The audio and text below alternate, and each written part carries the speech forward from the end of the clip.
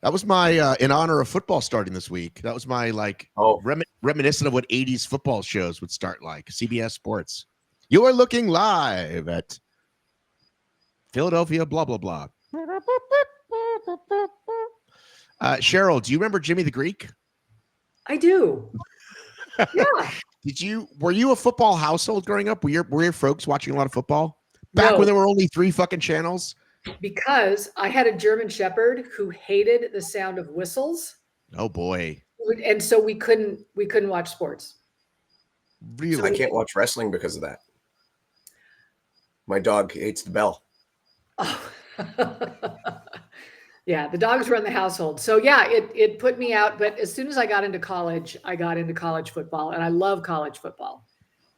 Love college football. Do I know where you went to school? Have we ever discussed this? No, I went to Brigham Young University in Provo, Utah, the year that they were the national championships. Did you go to school with Steve Young? No, he's older than me. So he was there. That was kind of when it became kind of an institution. I was there the year after they won the national championship, though. So who was the quarterback then? Do you remember? His name was Robbie Bosco. Bosco. Do you remember him? I do. You guys were like 11-0 or 12-0 or 12-1. Yeah, no, I was in the stadium for every one of those races. We got so bored.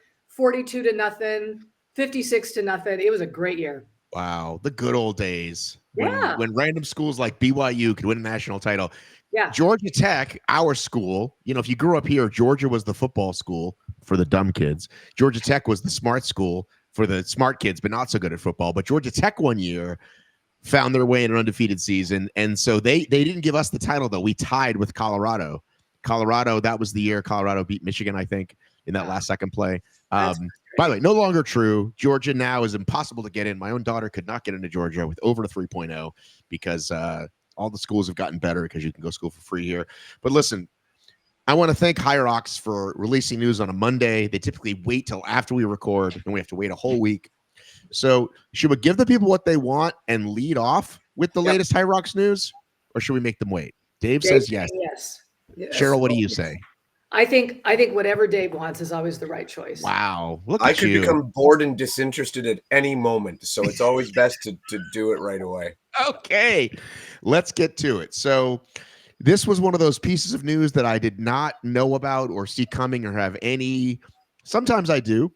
This one, my first seeing it was Greg on Rock's Life, which then made me check my email, where I got an email that basically said what you've all seen, except that. And I went ahead and quickly made a post. This is me on my thumbs in the airport, West Virginia airport, with my thumbs. But then I actually clicked the link that says elite.hyrox or whatever that link is. And it's like, oh, it costs 197 euros. It's like, oh, well, nobody's talked about that yet. I should probably post that piece. So then I did a whole nother piece where I talked about that it actually costs money, and this is why. So let's get initial thoughts first from you, Cheryl. My initial thought is I like this. I think it was a good move. I think this feels professional. And I didn't like last year how people weren't getting into the first wave. Chris Rogloski gets upset by, women who were in the second wave at the LCQ, that sort of thing. I mean, I feel like this really cleans it up, and it gives us a pile of people now who we know are coming, and we expect them to be the major players. So that was my first thought. Dave, your first thought.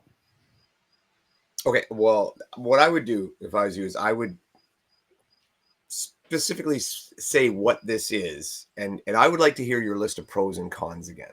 Okay, well, because some of the people might not have. That's a great way. People so I'm going to be driving. You're exactly right. You're exactly right, and you're exactly right. So, I mean, if you want, okay.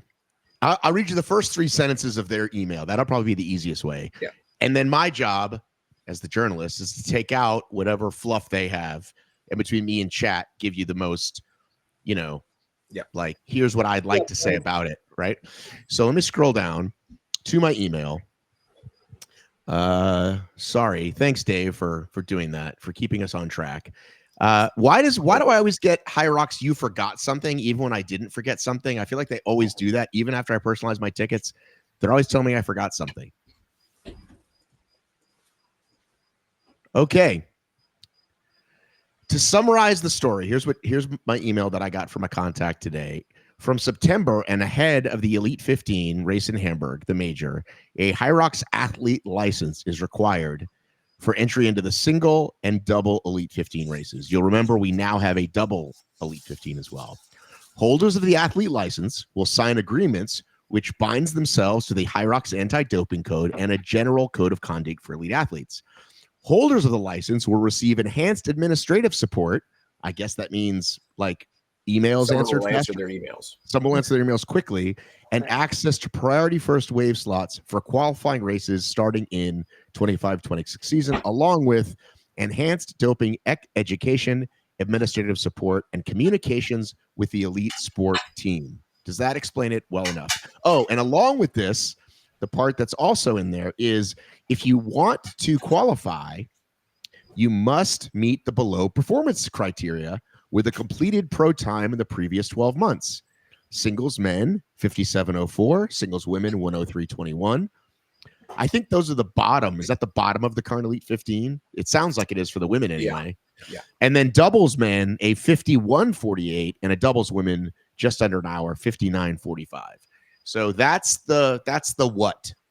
Now let's get into the what we think about it. Okay. So when I looked at it and I went through it, the first thing I actually joked before I saw your first pass, I'm like, great, what's this going to cost? And sure enough, it's for like Canadian, I think it's like $270. So that means if I'm an Elite 15 athlete, Hamburg's gonna, do they get free entry into the races? I think they do. Do they? Yes. Here's what I want to say real quickly as a piece of this. I think they've had a very loosey-goosey system that I've talked to athletes, and I've mentioned this before, who are either in the Elite 15 and didn't hear something, or no longer in the Elite 15 and did hear something via email or a WhatsApp group. Like they've just been kind of adding people in this kind of ad hoc way. And I'm fine with that. The sport's growing. But now I'm guessing they're going to create like an email system, because if you make it, but then you're out, do they remove your email address? You know what I'm saying? It seems like they're trying to wrap their brain around that, because those people will have questions. So anyway, please. Oh, and then do they get a ticket automatically, or do they just have to, is it like Spartan? They just have to they show up and they give them their tag. That stuff I'm not clear on either. So from my experience, from what I've seen, if you're an Elite 15 athlete or right around there, and if you kind of have reached out to Hyrox in the past and say, I want to go to this race, even though it's sold out, generally they've been able to get in. So unofficially, but that kind of seems like the same thing, right? Right. Putting the best athletes in the first wave. Well, for fuck's sakes, we should have been doing that since day one. I don't even understand why that's the thing. But great, it's a good thing. I'm on board with it. I just don't understand why we needed a special program to make it happen now. Again, the cost of the athlete. My thing is, and then you're signing a thing for compliance to the drug policy and the code of conduct, right? That's the rules. Yeah, I don't understand. It's in the rule book. Everybody is on board with that. Yeah, but Dave, you get education too. I want to know what that is. What do you think it is? Say no to drugs? Yeah, what are they, are they sending out like little helpful lists about make sure you're not on this? Like, I don't know. I'm just really curious about that. They're going to bring back Nancy Reagan through AI, and she's going to tell these athletes, just say no. Just don't do it. If someone offers you drugs, just say no. I will say that I do know, I was having a conversation with an Elite 15 athlete who needed waivers for certain substances that they needed to take for health reasons. Yeah, right? Like a therapeutic exemption waiver.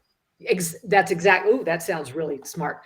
Yeah, it was something like that. And this feels like, look, if you're kind of a license holder, like a card carrying member of this group, like it's going to just make it so much simpler for them to be able to do those kinds of things.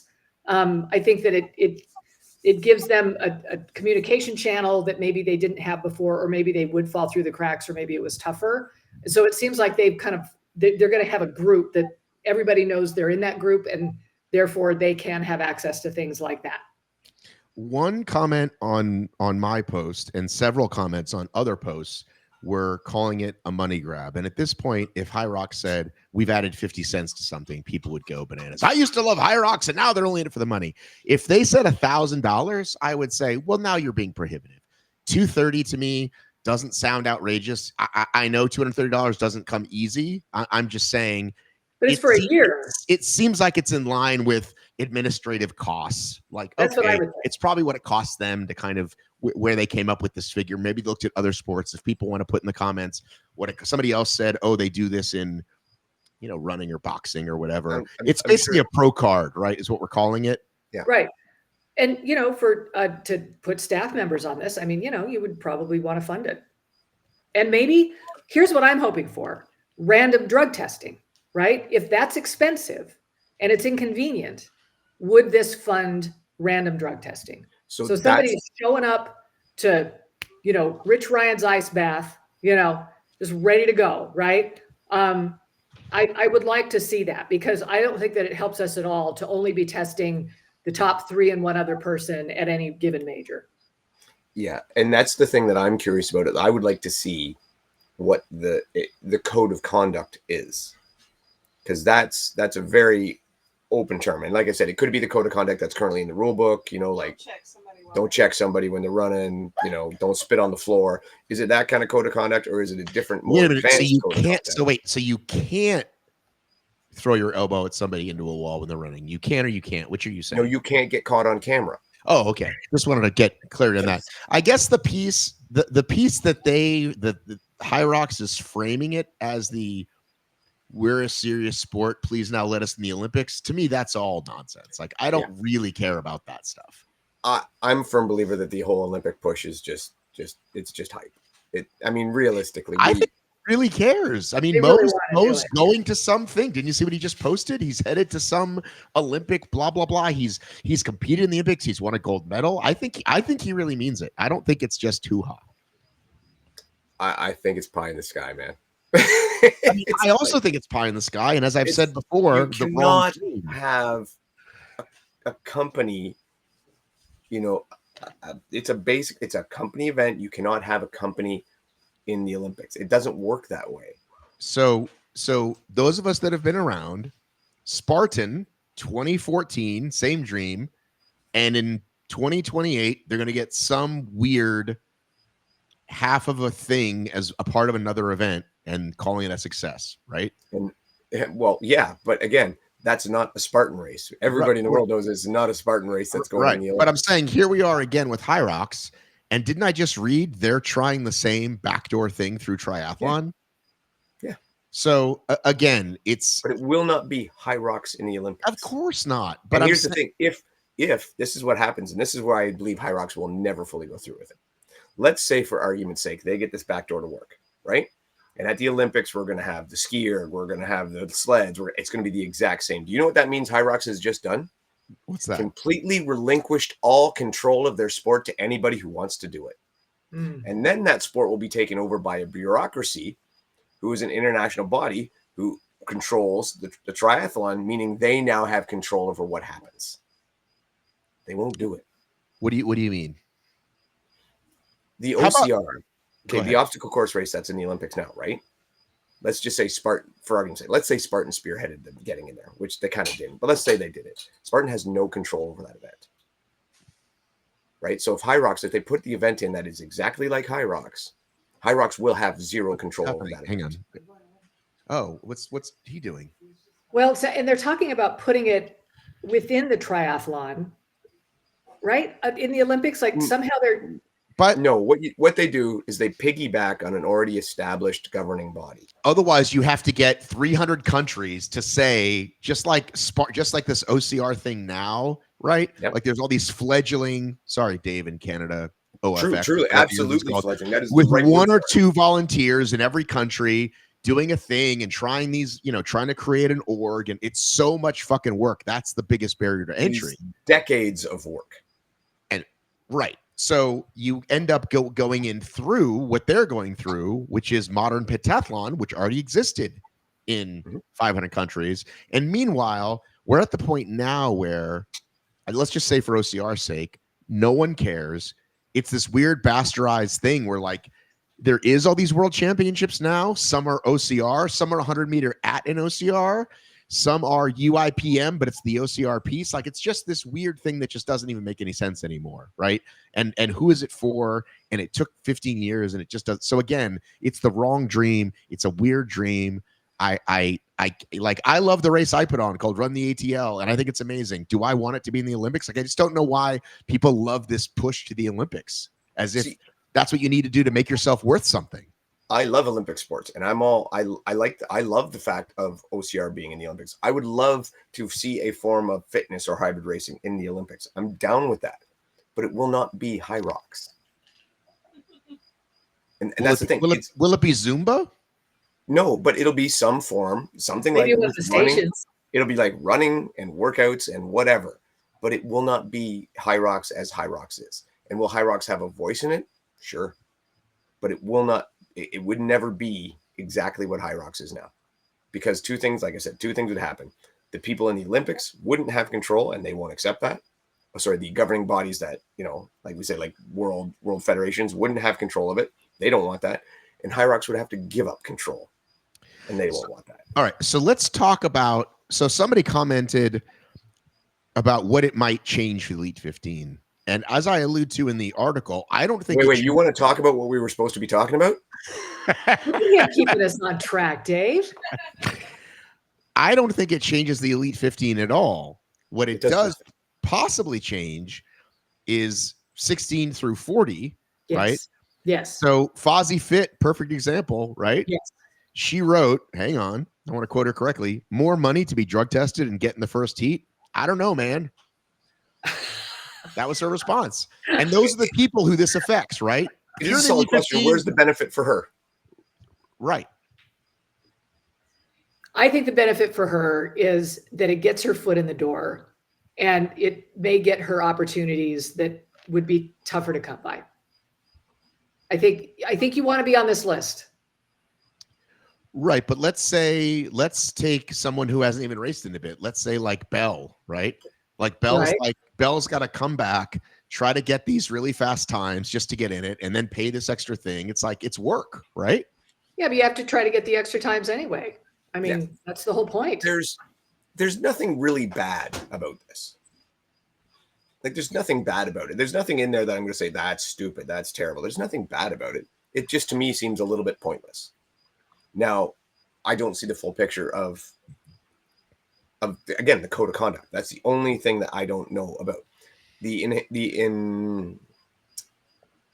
enhanced more drug testing and stuff like that. Great stuff. Good. But you're going to do that anyway. Right? So, and $230 from 15 to 20, 40 athletes is not going to fund that. So that's not what it's there for. Okay. So I just kind of like, it's just kind of all moot. It's not, it's I got a little bit. Yeah, I mean, again, the PR piece, like it says there's quotes by Linda and Tim. I'm sorry, Linda and Tim. Oh, God. I don't think you said those things. I think those were chat GTP. I think they said those things, and they said, "Can we say you said this because you're our current champions and you agree with us?" So yeah, that's the piece that it's like. And listen, I understand your company. You always need a little bit spin, but so if you read the sentence from Matt, right, the Matt Locke sentence, which says licensing. No, where did it go? After years of investing in standardizing the race environment and raising the bar, this initiative further recognizes the incredible influence our elites have, not just in the future of the sport, but on everyday people inspired by their dedication. How is that sentence true? How does what they've influenced make that sentence true? That I don't understand that at all. Matt, you're not meant to understand it. Licensing is a clear benefit because it goes beyond competition. It demonstrates transparency, reinforces compliance with clean sport, and ensures we setting the right example for others. Again, so doing the rules as they were laid out in the first place and not doing illegal drugs. Okay. So again, it's like for dummies, it's a pro card. and we're going to drug test you, hopefully outside of just the Elite 15, and just to get in the first wave. Okay, so that's the question too. Someone was asking that I started to answer, and realized I wasn't sure. What if the race is already sold out, right? Let's say Atlanta's sold out, but it's not a bunch of people. It's maybe it's just Rich coming down for it. Nobody else in the Elite 15 is doing it, but it's sold out. Does somebody with the card then get in the first wave and they bump somebody who they'd given the first wave to, and then they put them in the second wave later? Or like, how does that work? Okay, so first of all, let me just say I've checked in, at least for the women's time, they're picking the top 30 women. Like the top 30 women have this time, right? Okay. So it's 30 that they're doing. So they're kind of doubling the Elite 15.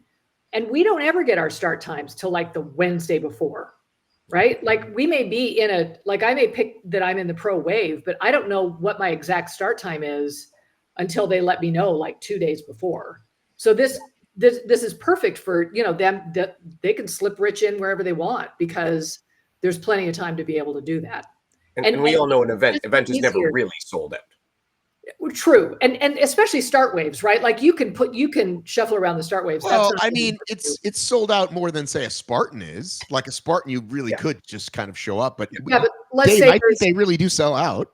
Yeah, let's say there's 100 women that are going to be doing the pro wave that weekend. You've got, 2 or 3 waves that you're doing that in. And so I don't find out till Wednesday or Thursday what wave I'm in. So it's really easy to put them in there. So Cheryl, let's say they did have you in wave 1, but you didn't even know it yet anyway. Then when Rich decided to do it, yes, they move you down. So there's some finagling there, but it's not really a problem. It's not really a problem except for the actual, it's not really a problem, I guess, is what I'm saying. It's not. Look, how many times do we have like 40 people in a wave? Like they will do that all the time. And so if all 30 women showed up, they'd be in wave 1. I think it's just ensuring that those women don't end up in wave 2, right? And that's where I say, when I say is anything really ever sold out, I don't mean they don't actually sold out and sell out and they're lying. I mean, if they say we're going to sell 3,000 tickets, they sell 3,000 tickets. There's always room for a few more. Yeah, of course. Yeah, that's what I mean by. But you could technically, let's say you haven't got 2 qual times, but you've got 1, and so you should get in that first wave. You could now get in it if you've at least done those 2 times. That's what I'm saying. Yes. Whereas before, it's like, well, fuck. Like again, but again, what would you do? What would you do with a Nicole or Rebecca? Just say, sorry, you're in the second wave. Like people coming into the sport. They can still be in the first wave. It doesn't mean only those people will be in the first wave. Right. There's plenty of room for people who aren't. Look, Matt, I'm usually in the first wave, right? Like there are enough. Cheryl, you're a world champion. What are we talking about? Yeah, but I'm not that kind of world champion, right?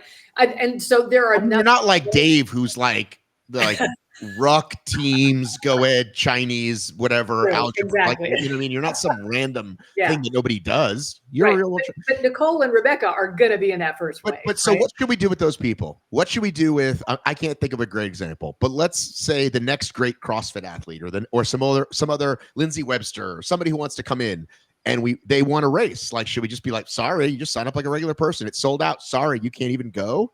I think you sign up like a regular person, and I think if you've got enough.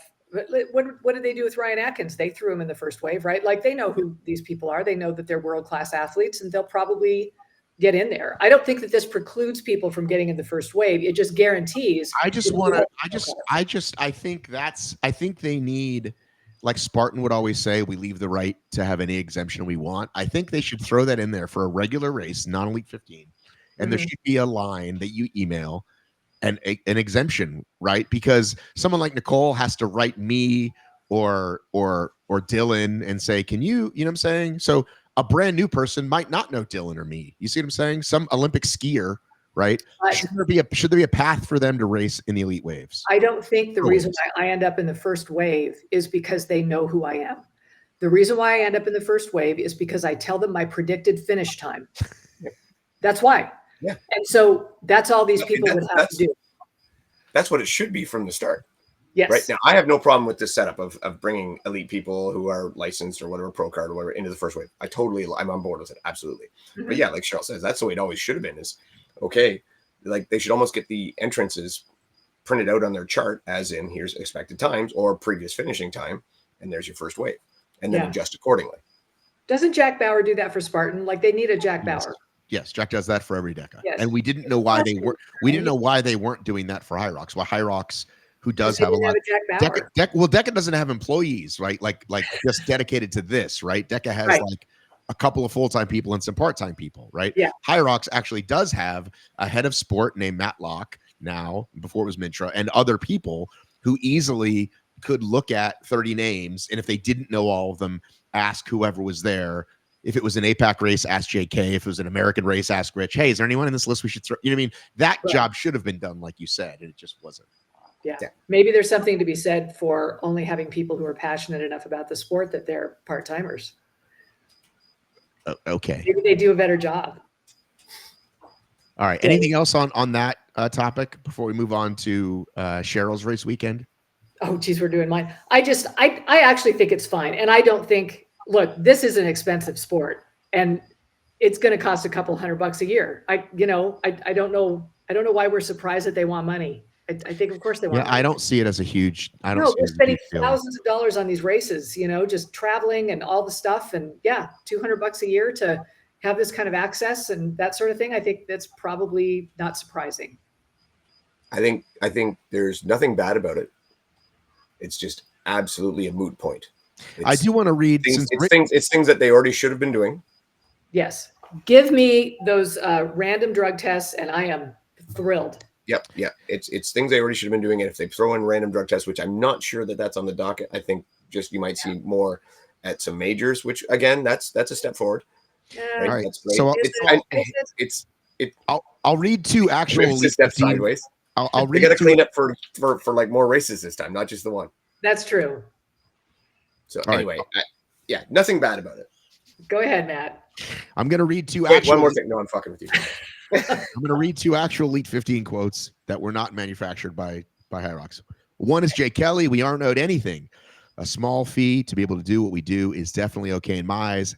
Hell, I'd pay triple that just to continue to have the chance. And then Rich Ryan, who has, I think, a podcast, so he might talk about it more on his own, but was kind enough to comment on our channel. I think it makes total sense to have this cost.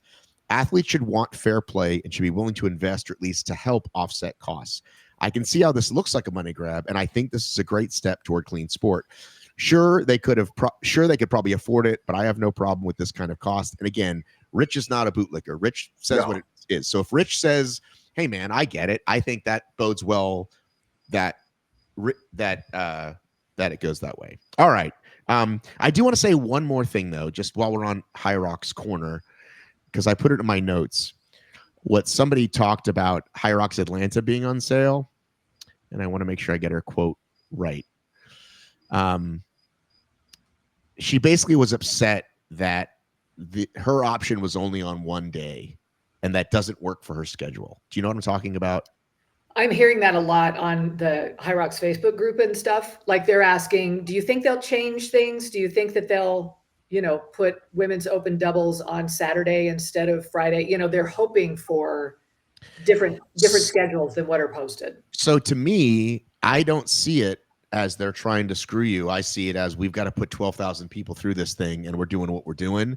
And maybe they could alternate it. The men get screwed, quote unquote, on Friday on one city and another. But like, to me, it's one of those, like, we can't please everybody. Like somebody mentioned, but mine's on Saturday and that's a worse day for childcare or something. It's like, okay, well, what do you want from me? So I'm not crazy in thinking that that's kind of a not really a legit complaint. You make a schedule. Some people are going to love it. Some people are going to hate it. You can't, like you said, you can't please everyone. There's that Chariots of Fire movie, right? That guy didn't race because it was on the wrong day for him. He was that religious guy who wouldn't race on a Sunday. That happens all the time. Yeah, doing Hobie Call wouldn't race on Sundays, right? Yeah. I'm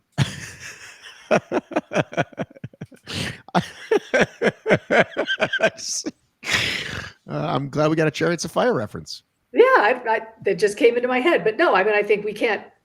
it is what it is. Like you can't pick. Right. All right. There are two more Hyrox topics, but we'll save them for later. Let's because I do want to talk about our weekends, because we had like a 3-week buildup into Cheryl's guessing her time race. So, and I said this, you're gonna love this, Dave. Well, I don't know if you'll love it or not. I go, hey Cheryl, is there any pictures of you? She's like, no, we weren't allowed any technology. I'm like, right, but if you're like any good, millennial racer, you've got, here's my outfit, here's how it went, here's how I trained, here's how I prepared. Cheryl is clearly failing as a millennial influencer. Easily failing as a millennial influencer. And plus, when we started, it was pitch black. We started at 6:15 in the morning, which in southern Utah means there was no light. Okay. We could have gotten hit by a farmer, I swear. Like we were out on these roads. There were cows watching us. Like, what are you doing out here? And if the sun finally started coming up as we were coming back, because it's 7.5 miles, it took us a while. Okay. So what was your predicted finish time? I decided, as per your and Matt Kemp's advice, I predicted a 9-minute mile. Okay. Because I thought I will just go easy pace. I don't know what this course is going to be like. That will mitigate some hills. That will, help with, whatever because the course is blind. They don't tell you where you're going until you're on the start line. And so I thought that would be like a good pace to pick. So 1 hour 10. And your finish time was? First of all, the interesting thing is they don't tell you your finish time when you cross the finish line. None of us knew. We crossed the finish line. They were doing this technological thing, communicating with each other, sending it to the laptop and things, and none of us knew Was what it our whispering? No, it was like she had this little timer that then it would print off the time that you had crossed the finish line. She watches my feet. I'm like, you're kidding me. You're watching my foot cross the finish line. She pushes the button. It spits out this little piece of paper, and they attach that to my bib thing that I tear off my bib, and they send that to the laptop where people are, madly doing math to see how far off I was on my predicted time, right? And so I didn't know my finish time until after the award ceremony, when I waited around and watched 30 people get prizes and not me. I was that far off. What was your actual time? 1:02:35. So much faster. So I was 8 minutes and 25 seconds faster. What is the harm in when you cross going 1 hour 2? The harm is that if other people are coming in and they hear the time, then they're going to either slow up down or speed up. Okay, according how about to their whisper it time. to you as you come across? I don't know. I think that part's silly because they can make a mistake too. Like they could. And like then you can look. Then like you cross. They say 1 hour 2, and you go, that's not possible. And you look at your watch. I don't know. Yeah, there's no watches. There's nothing. What percentage of people do you think cheat and do sneak something in their shorts? 50. I think, maybe people sneak things in their shorts, but there were literally people out there wearing just full on watches. Oh, there were. Yeah, there were. And and so I talked to the race director after. I was asking her about just the whole system by which they do this to, keep it honest and to make sure that, and she says, the second I see any kind of technology, any phone, any watch, anything, they're immediately disqualified. So those people just didn't even have a chance. Okay. So they just were like, fuck it, I'm going to wear my watch. And if I don't count, it doesn't count. You know what? Heaven help you if you want to cheat in the Hurricane Peach Days 12K. But right? But let's say you said, I don't care. I don't want to win anything. So I'm just going to run it for myself. But I'm going to wear my watch because I really like to know my splits. It's like, just play the game anyway. Like, just don't be an ass. Like on the day, just like follow the rules. Right. Yeah. Like, no, don't be that guy. And honestly, the experience of not having technology, because we're all so used to it, right? Right. It changes everything. It changes everything. It changes everything. And honestly, that was the most sort of fun social run I have had, because none of us were competing against each other, right? So we were just all running along, just chit-chatting. I made a bunch of friends. It was really, really cool. And then you'd kind of be like, well, what predicted time did you put in? Oh, well, I put in 1 hour 15. And I'm thinking, well, I can't run with you anymore. I need to go faster, right? So then I'd find somebody else. And I could tell, especially it was an out and back course. And I could tell by the time I had turned around and I was running with this one guy who was pushing his kid in a stroller, but he was clipping along, like he was doing pretty well. And I thought, I think he's going too fast for me. Like, I think I should be pumping the brakes right now. But I was having a really good time chatting with him, right? So you just end up, and honestly, I was very surprised. And this is what the race director told me is what gets people every time is that they are just downright competitive and you can't slow down. You see people passing you or you see people up ahead and you push it. And I learned about myself that I am competitive to a fault, right? That I care more about how it looks than me actually winning. And that's right? great to know about yourself. And how would I have known that if I just had my watch on and I was just, you know what I mean? Like, it was a really, look, I think if anybody wants to put an event on like this, it is easily the most social experience you can do as far as a race goes. And the people who won were just, I don't know, people who came in an hour and a half, people who came in an hour 40. Like, you weren't the fastest. You were just the smartest about your pacing and you knew yourself well enough that you could handle it. The top 8 people came in within 1 minute of their predicted finish time. The winner came in within 1 second. Cheated. So she says that it happens a lot. And what it is experience, right?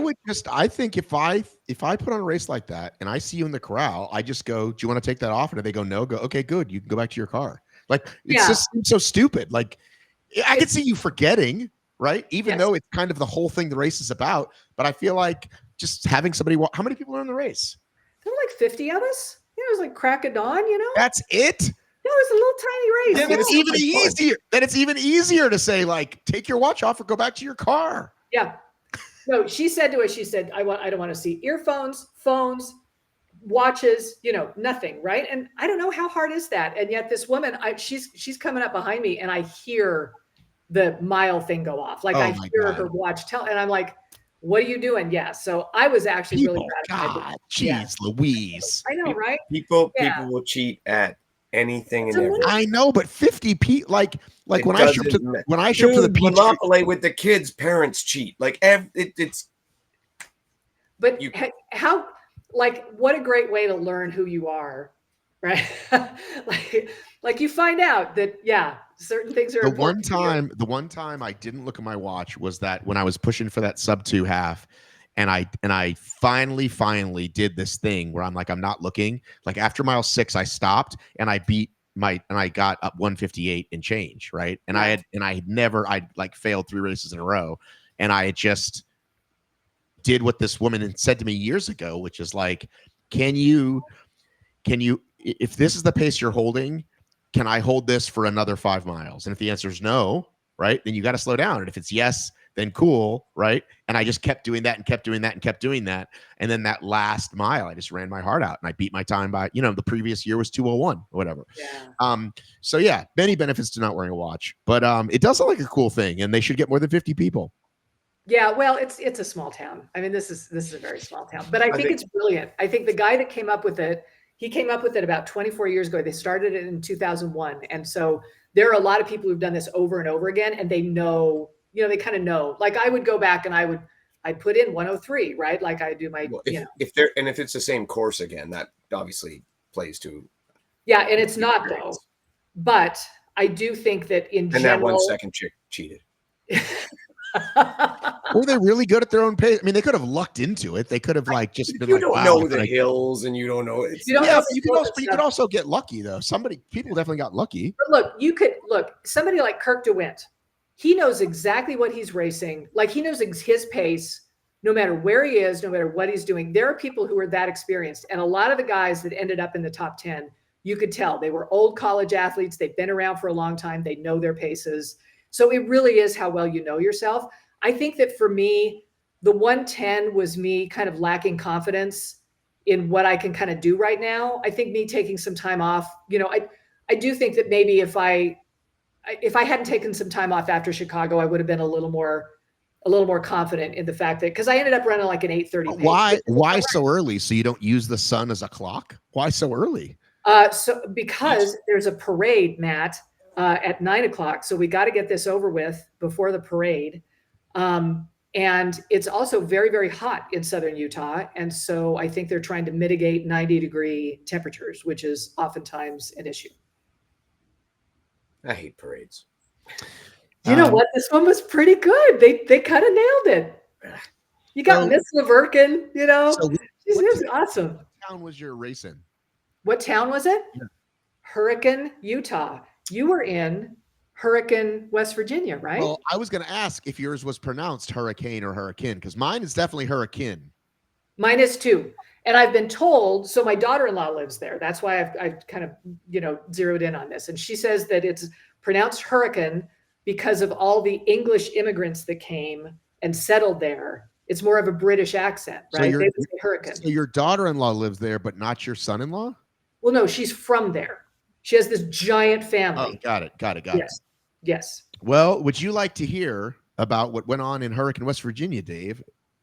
Yeah. The Rally in the Valley 2025. I definitely. How much water did they need to spit out?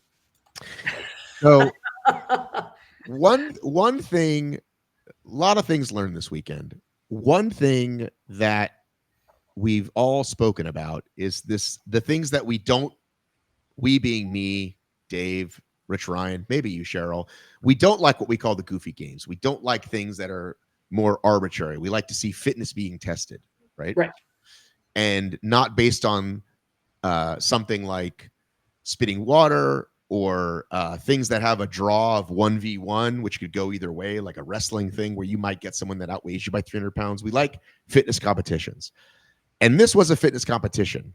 The water event, one piece of it, which I want to talk about, was a little bit random. But other than that, it was fitness. So night one was a 4-hour trail run, which, all the endurance people were like, great, let's do that.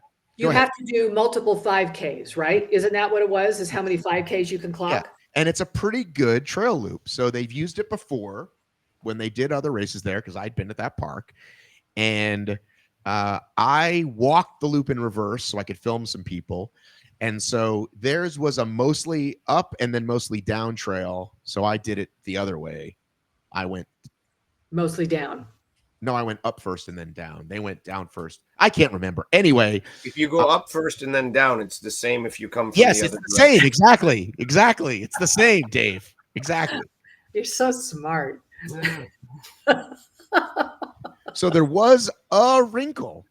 And the wrinkle was, Dave, it wasn't what we would call, typical endurance World's Tough Mudder rules, which is that if you and I both do 5 laps and I finish 5 laps faster, I'm the winner. It was actually your fastest lap, which was a tiebreaker. So if you wanted to sell out on lap 1 and hope that was good enough to still do as many laps later, and that did in fact pay off for people. So I don't think I would have done that. I think I would have been like, well, no, because it's going to burn me out, and then I'll probably do one less lap. But it really seemed to pay off for those that could do it. Now, I guess in 4 hours, it's not impossible. In 8 hours or longer, maybe it wouldn't. And I think to recover from a 5K, that's not as hard, Right. That's like 20 minutes worth of work for some people. So Kevin Gregory, for example, did 6 laps, but he didn't push it on lap 1. And so he would have been 10 spaces higher had he decided to do that. Like that kind of. Right. So I thought that was pretty cool. Well, that's interesting. And then they knew ahead of time, right? No, they absolutely. But there was nothing else. There was no memorization test, which they'd had a previous year. There was nothing. It was just go out and run. And some people, you could tell some people had never done this before because they were packing like it was World's Toughest Mudder. They brought a lot of stuff, right? Mm-hmm. That's fine. You should bring everything your first time. You don't know what you're going to like or not need, right? My first question then would be, was there a mandatory distance you needed to complete? 4 laps. You needed to complete 4 laps. Okay, because if I'm a world strongman type competitor and I show up there and I'm like, well, I'm just going to take this one off and sit in the corner. Right. Yeah. Right. Because I'm going to come last anyway. So why is there damage? So that's cool. I like that there was a mandatory workload. Yeah. And they had a nice little table set up if you did forget stuff. So they had a nice. Anyways, that was event 1. Cool. So well, actually, I'll back up a little bit. I'll give you the whole flavor. How do you go back from event 1? Because there was a meeting on Friday that was before the event. Okay. And usually it's pretty like whatever. Everyone just wants to race, right? Like Matt will admit, Matt, by the way, being at a weekend with a leader is named Matt all fucking weekend. I hear my name and I'm turning around. Really annoying. They weren't talking to me. Right. Matt Stevens, it's his event. Can I ask Yes, you can ask any questions at any time. Okay, so how many athletes participate in this? Do they qualify to get in? Like, is this just an elite? This is a first come, first serve. He charges X amount and it usually sells out pretty quickly. Yeah. And then people cancel and et cetera, et cetera. So this time there were, I want to say, I could look at the leaderboard. I think it was 30 men and 20 women. So I think he had a lot of women no shows or canceled and not as many men. I know my girl Heather White had to back out. Yeah, Heather back. A bunch of people did. Is there a diverse? Well, let's get to that. Let me go through the events and then I'll answer that question. Okay. You can keep asking. Said she could ask any question at any time. And I reserve my right to answer that one later. But you can still interrupt me and ask anytime. Friday night. Okay, this is what I've said this to Matt's face, right? Matt has so much heart, right? And he brings that, like a lot of context and a lot of heart. Like, we're not just doing a bunch of push-ups. Here's why, right? Like, and we need that, except Matt sometimes talks too much. So, he's like, oh, I know I should shut up more. I'm like, no. We need a little bit. Give us a little bit of that heart. He'll tear up at the drop of a hat. I'm the same way. So he brings a lot of that. And I really like that about him. But he needs to sometimes be like, we just want to get to the event. Don't give us 20-minute speech about the event. Just give us 5. So these pre-race meetings, sometimes people just want to fucking go to bed, right? But he actually made it kind of a whole weekend by having the event on Friday night. And I think everybody made it. Maybe 1 or 2 didn't. But he started with, we met at the clubhouse, and he brought in Margot Alvarez, who he has a relationship with, I think from Spartan Games, but I could be wrong. I think they know each other. Maybe he used to live in Vegas when she lived there. Margot Alvarez, 7 times games athlete. She won the Titan Games. And so she showed up and she gave like a talk, a nice, like good, not too long, right? Nice, like 5-minute, here's my story, inspiration, et cetera, et cetera. Like, just again, a nice way to start the weekend. So we go from that to I just want to give you that flavor, to the Friday night run. Saturday morning, event 1 was, I already forgot. The race, the race, the 5K. No, that was Friday night. Oh, Friday night. Okay, so Saturday Event 2. Shallow Grave. Saturday morning was Shallow Grave. Oh boy, tell me what that is. Okay, boy was that fun to watch. So Shallow Grave was, I want to say 25 calories. Maybe I'm wrong on the air bike, and then shoulder overhead, and then dead ball overs. Your score is only the dead ball overs, with minimums each round, right? Again, strategy. Yeah. So Kevin Gregory, for example, you only had to do 5 or 6, did 27, right? That first round. But he ended up not making it to the final round because he shot his wad too early. Whereas I think Dylan Maragula and some other guys did 20, 20, 20, 20, 20. And that's what won the day instead of 27, 15, and then they eventually petered off. So sorry, this was a certain amount of rounds, right? So yes. Time? Is it an AMRAP kind of thing? No, I think it was 5 rounds. With each, but it would have to be 5 rounds, and you'd have a certain amount of time to complete it, right? Each round. Like is each round an amount of time? So you had only a certain amount of time to get those ball overs or the over. 5 rounds of 3-minute AMRAPs, 1-minute rest between each round. Okay. 24-17 Cal Echo bike, 5 devil press, and then max dead ball over the shoulder, 100 for men, 80 for women. How much was the devil press? The devil press was 50 and 35. Not bad. Not light. Shut up, Dave. So the minimums were 3, 5, 7, 9, 11. And I mean, let me get your thoughts on this. I feel like it's like some people think I'm dramatic, right? They see me lay down at a DEKA, right? They're like, oh, Matt, stop being dramatic. I see men and women on these later rounds fucking hurting on these dead ball overs, right? It's the whole body. Ugh. Some people not, right? Same thing with some of the run. There was like a sprint at the end of certain events, and it's like some people just fall in a heap. Some people don't. So are they not working hard enough? Are the people who don't fall in a heap now? Or are they just that's just how they race? Because I feel like if you're yelling and grunting, you probably gave it your all. I think that's just how they race. I'm a guy who's a little more dramatic too. Like I'm the flop on the floor, get back up and go. Flop on the floor, get back up and go. Me too. Yeah, but I'm not on the floor as well. I actually said But that. yeah, Rye actually said that today. I'm so dramatic because when we came, yeah, we'll tell you about it later. I Anyway, think you're giving it your all. Listen, I used to see. I think those other people are giving it their all too. It's just people are all. I think they're leaving a little bit. I used to say this about Atkins. Atkins would be one of the few who crossed a Spartan line that way. He'd fall in a heap at the Spartan race. Most of those elite athletes didn't. Just walk away. Give me my medal. Anyway. Yeah, but I mean, you look at Dylan, right? Dylan Scott crosses the line and he's hyped and he's champing and he's screaming and he's yelling. He's giving it his all. He ain't holding back. I think everybody's just a little bit different. All right, fine. I'll give you that for now. I'll give you that. All right. And what's funny is I later asked athletes favorite and least favorite event, and Shallow Grave got both. Oh, nice. Some people loved it. Some people just want to do work, and some That people means were like, it was probably really well designed. Yeah. and some people said, "Fuck that event." Yeah. You think that's a good? So you think that's a good design of a good event? Some love it and some hate it. I think Good so. compromise. Nobody's happy. Okay, what did we do on the second afternoon? I should know these things. There's only like 5 events. Oh, you know what I can do? I can go to the scoreboard, which was updated frequently, but also I think there were some issues. That's one of the, if you want to ding him. Was that the deadlift? It was Saturday afternoon the deadlift? But I think it was the deadlift ladder. Look at you. Look at your memory. I enjoyed watching rally stuff. So, where is, what's it called? Competition corner? Yeah. So deadlift ladder was 5 bars, and I think it was a minute on each one, maybe minute on, minute off. Again, I could read it to you if I could find it. Okay, I've got it here. Oh, great. Where do you have it? My friend Selena Covey won this. She was one of my Grand Canyon buddies, Matt. Okay. So deadlift AMRAP, as many reps as possible on each bar, 30 seconds on, 30 seconds off. The barbell weights, barbell 1 is 225, 135.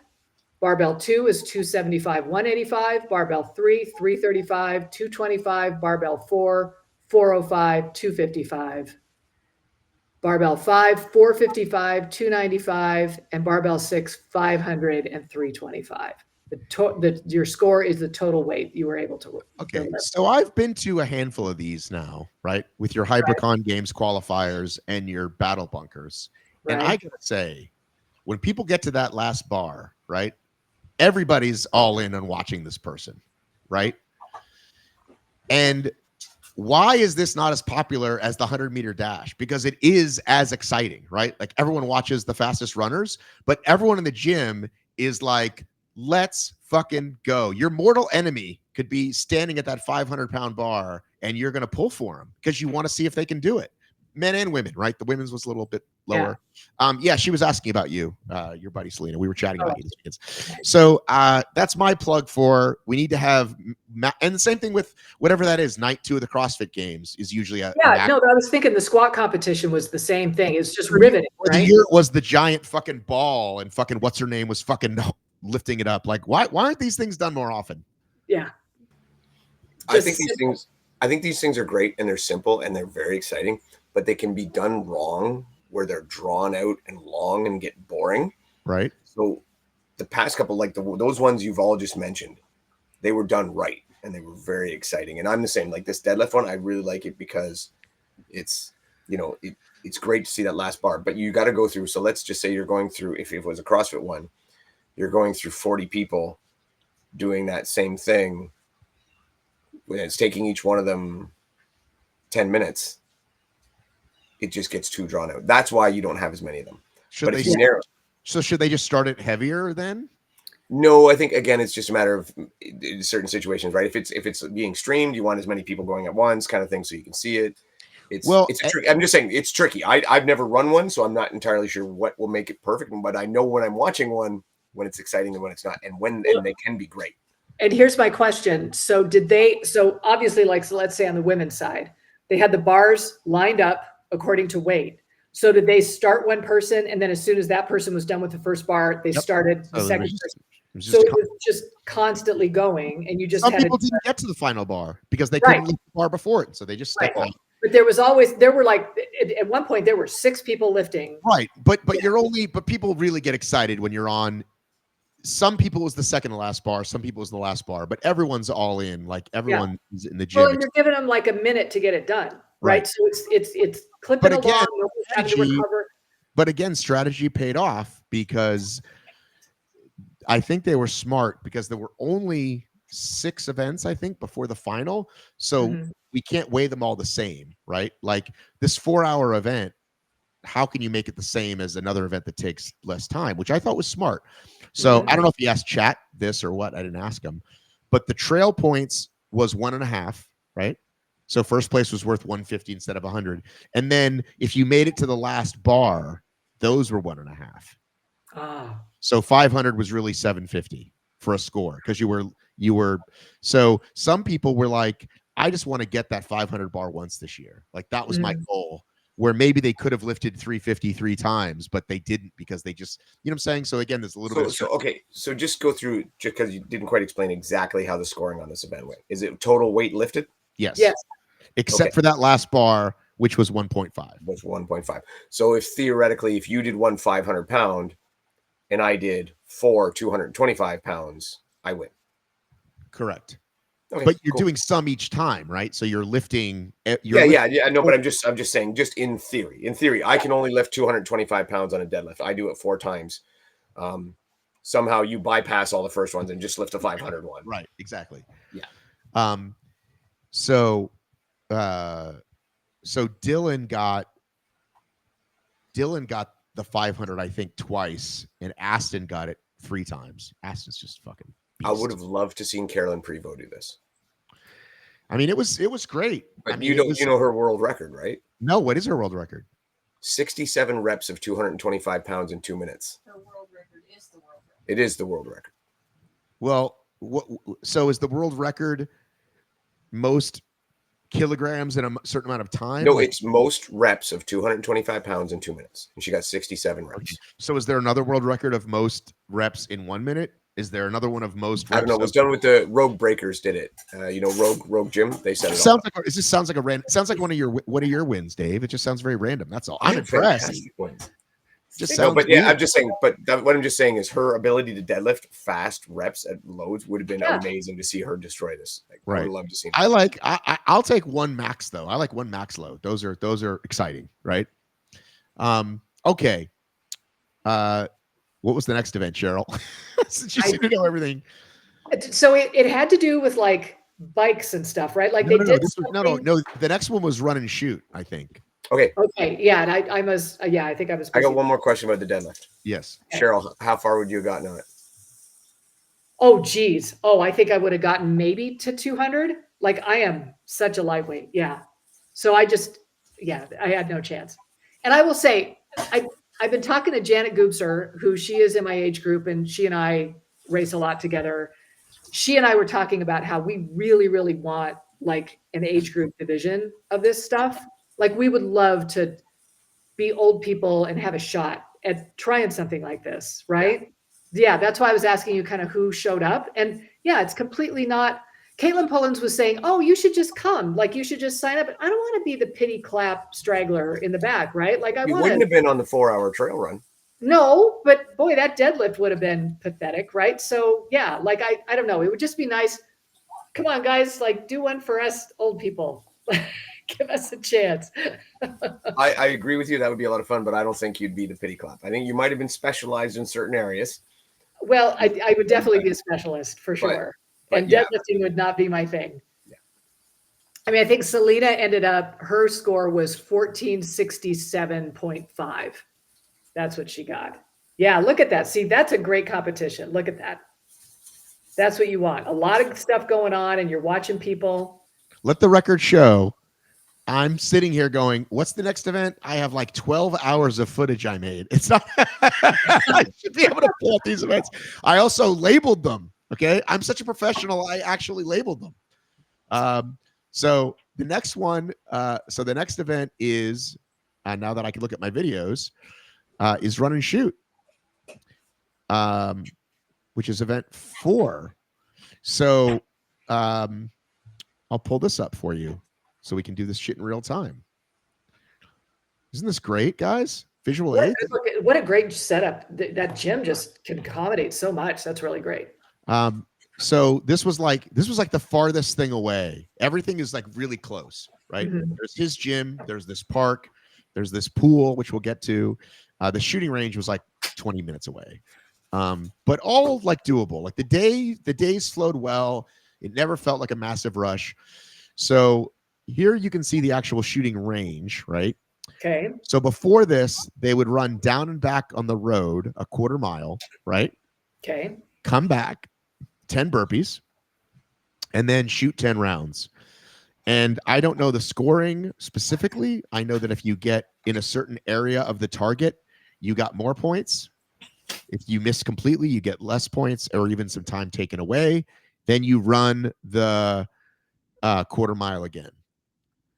So they all got to test either on Friday, the day before, if they got there, or there was like a 2 or 3 hour window the day of.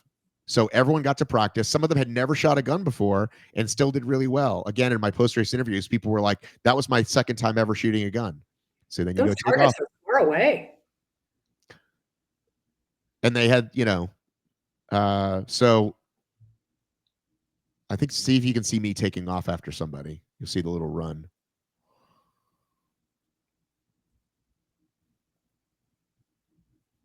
Oh, there she goes. All right, put it down and go. This chick is rad. She's from Hawaii. Look at me. Look how fast I am, guys. Nice job. You It's good. impressed? You're running downhill. That helps. My QL is coming back. All right, so that was that event. I would love to see the detailed scoring of it. So I could tell you, I can find out for you, but it was like I was told it. I just don't remember. But like if you hit this part, everyone's worth 20 points. If you hit this part, it's worth this many points, right? Right. But then if every miss is subtracting points. So your only score is just the tactical portion. No. Your time. So the run is the total time is the portion, right? Okay. So let's say you did it all in 10:27. Now we subtract or add points. Okay. And it definitely hurt some people because I think Jack, for example, missed a lot and it really hurt his time. Good. It's the whole point. You're gonna shoot. I mean, listen, again, they were told ahead of time. Like Right. this wasn't, none of it was a sheer surprise. Yeah. This is the laser pistol portion of Rally in the Valley. And it's funny, I asked about that. I said, because it's real bullets. And I said, and they had, lots of safety, right? Like I never felt in danger at all, right? But I said, why not just use like blanks? And they're like, well, blanks don't actually shoot anything. Mm-hmm. And they're like, the other option is lasers, which is kind of lame and also expensive. So I'm fine with it. And I'm not a gun guy. And what's his name? Somebody was asking me like, oh, you could probably practice. And I'm like, not my thing. Not a gun guy. Well, I know that tactical games is getting really, really popular. And I think there's something to be said about being able to have a cardiovascularly challenging activity and then be able to control your breath and control your fine motor functions enough to be able to hit a target. There's definitely, I mean, that's biathlon, right? In the Olympics. I think it's a great competition. I think it's not goofy, I guess is what I'd say. I mean, I know Katie's done it, Corinna's done it. But I think that it's a very, like, how many people, how big can it get? Because some people, on the one end, hate guns. Then you've got tolerate, really love. So the really love is a pretty small percentage, right? Like, well, especially enough to buy one and, do all the stuff. And I just think they're too noisy. It's just, I would never do it. Yeah. Yeah. I'm not a gun guy. I'm Canadian, but I would try that. I'd be down to try it. I think there's something my friend took me out shooting a couple years ago and I had so much fun. We did, clay pigeons. It was so fun. I think it'd be more entertaining with archery though. Well, yeah, that would be really cool actually. I'm trying to Or they find. could do like a spear throw. No, I'm kidding. Is that where Joe got it? Because he thought it'd be kind of cool like that. Cheaper guns.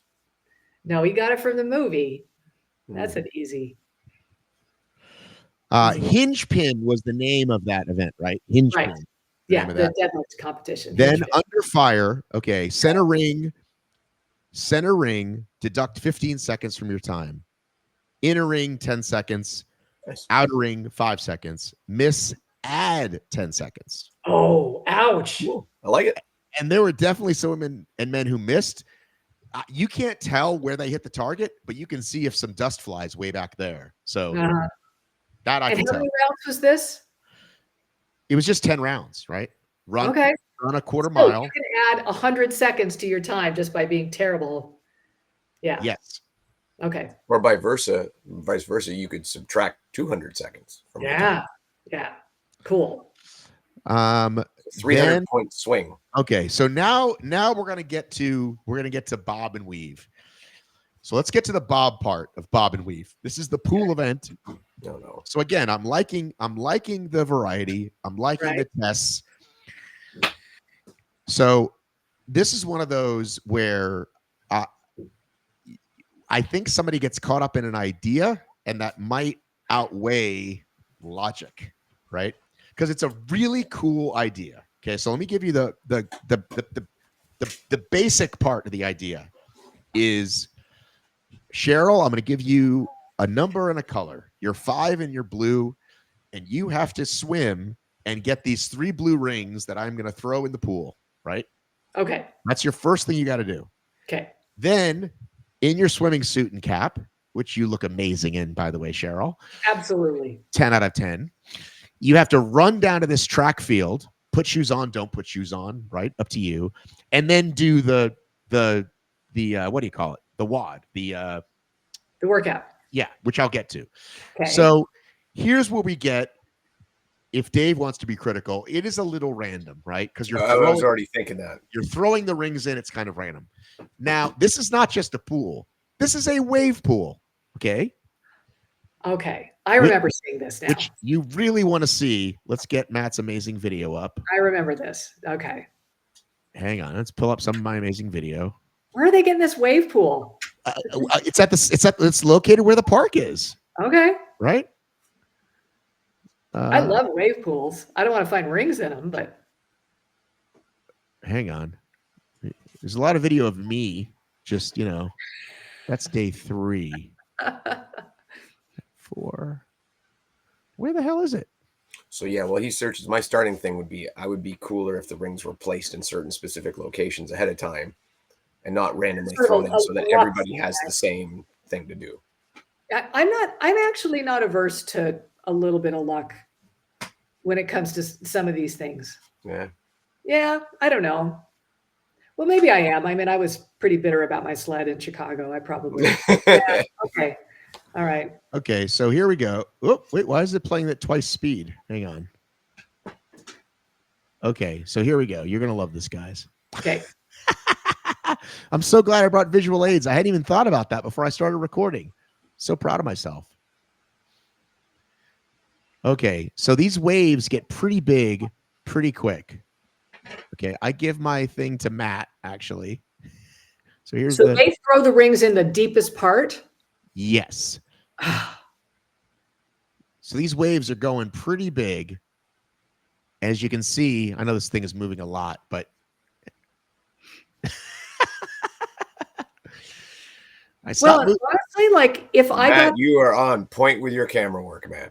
That's Matt Stevens. Good. All right, so now you're grabbing these things, right? Yeah, and if you get, for instance, the blue rings, that is way harder than getting the red rings. Well, here's the problem.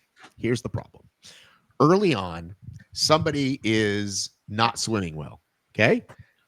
Lifeguard, great Johnny on the spot, turns the waves off, dives in. Are you okay? Right? Okay. So now the waves have gone off, okay? And the point is the waves are supposed to be on. Right? When the competition's still going on. Yeah. The competition's still going on, but someone's having an issue. Now, first of all, the person was on top of it, like really fast. think they had 2 or 3 lifeguards, and they were right in there. And there was a time cap on the pool, I think, of 7 minutes, or the whole workout was 15 and the pool part was 7, I think. Okay. And so they left the pool off the remainder of the time because we had this safety issue. So he announces, okay, to keep it fair, we're going to now do that for everybody. The wave will only be on for 1 minute, okay, to keep it fair, and then it'll be off. So everyone has the same thing. However, they thought about it, and it took so long that they said, all right, just 3 rings, period. Like from now on, everyone just grab 3 rings, period. Don't worry about the color, because just getting 3 rings, period. So now you're kind of at a random thing, but at least it's fair, more fair-ish. Right.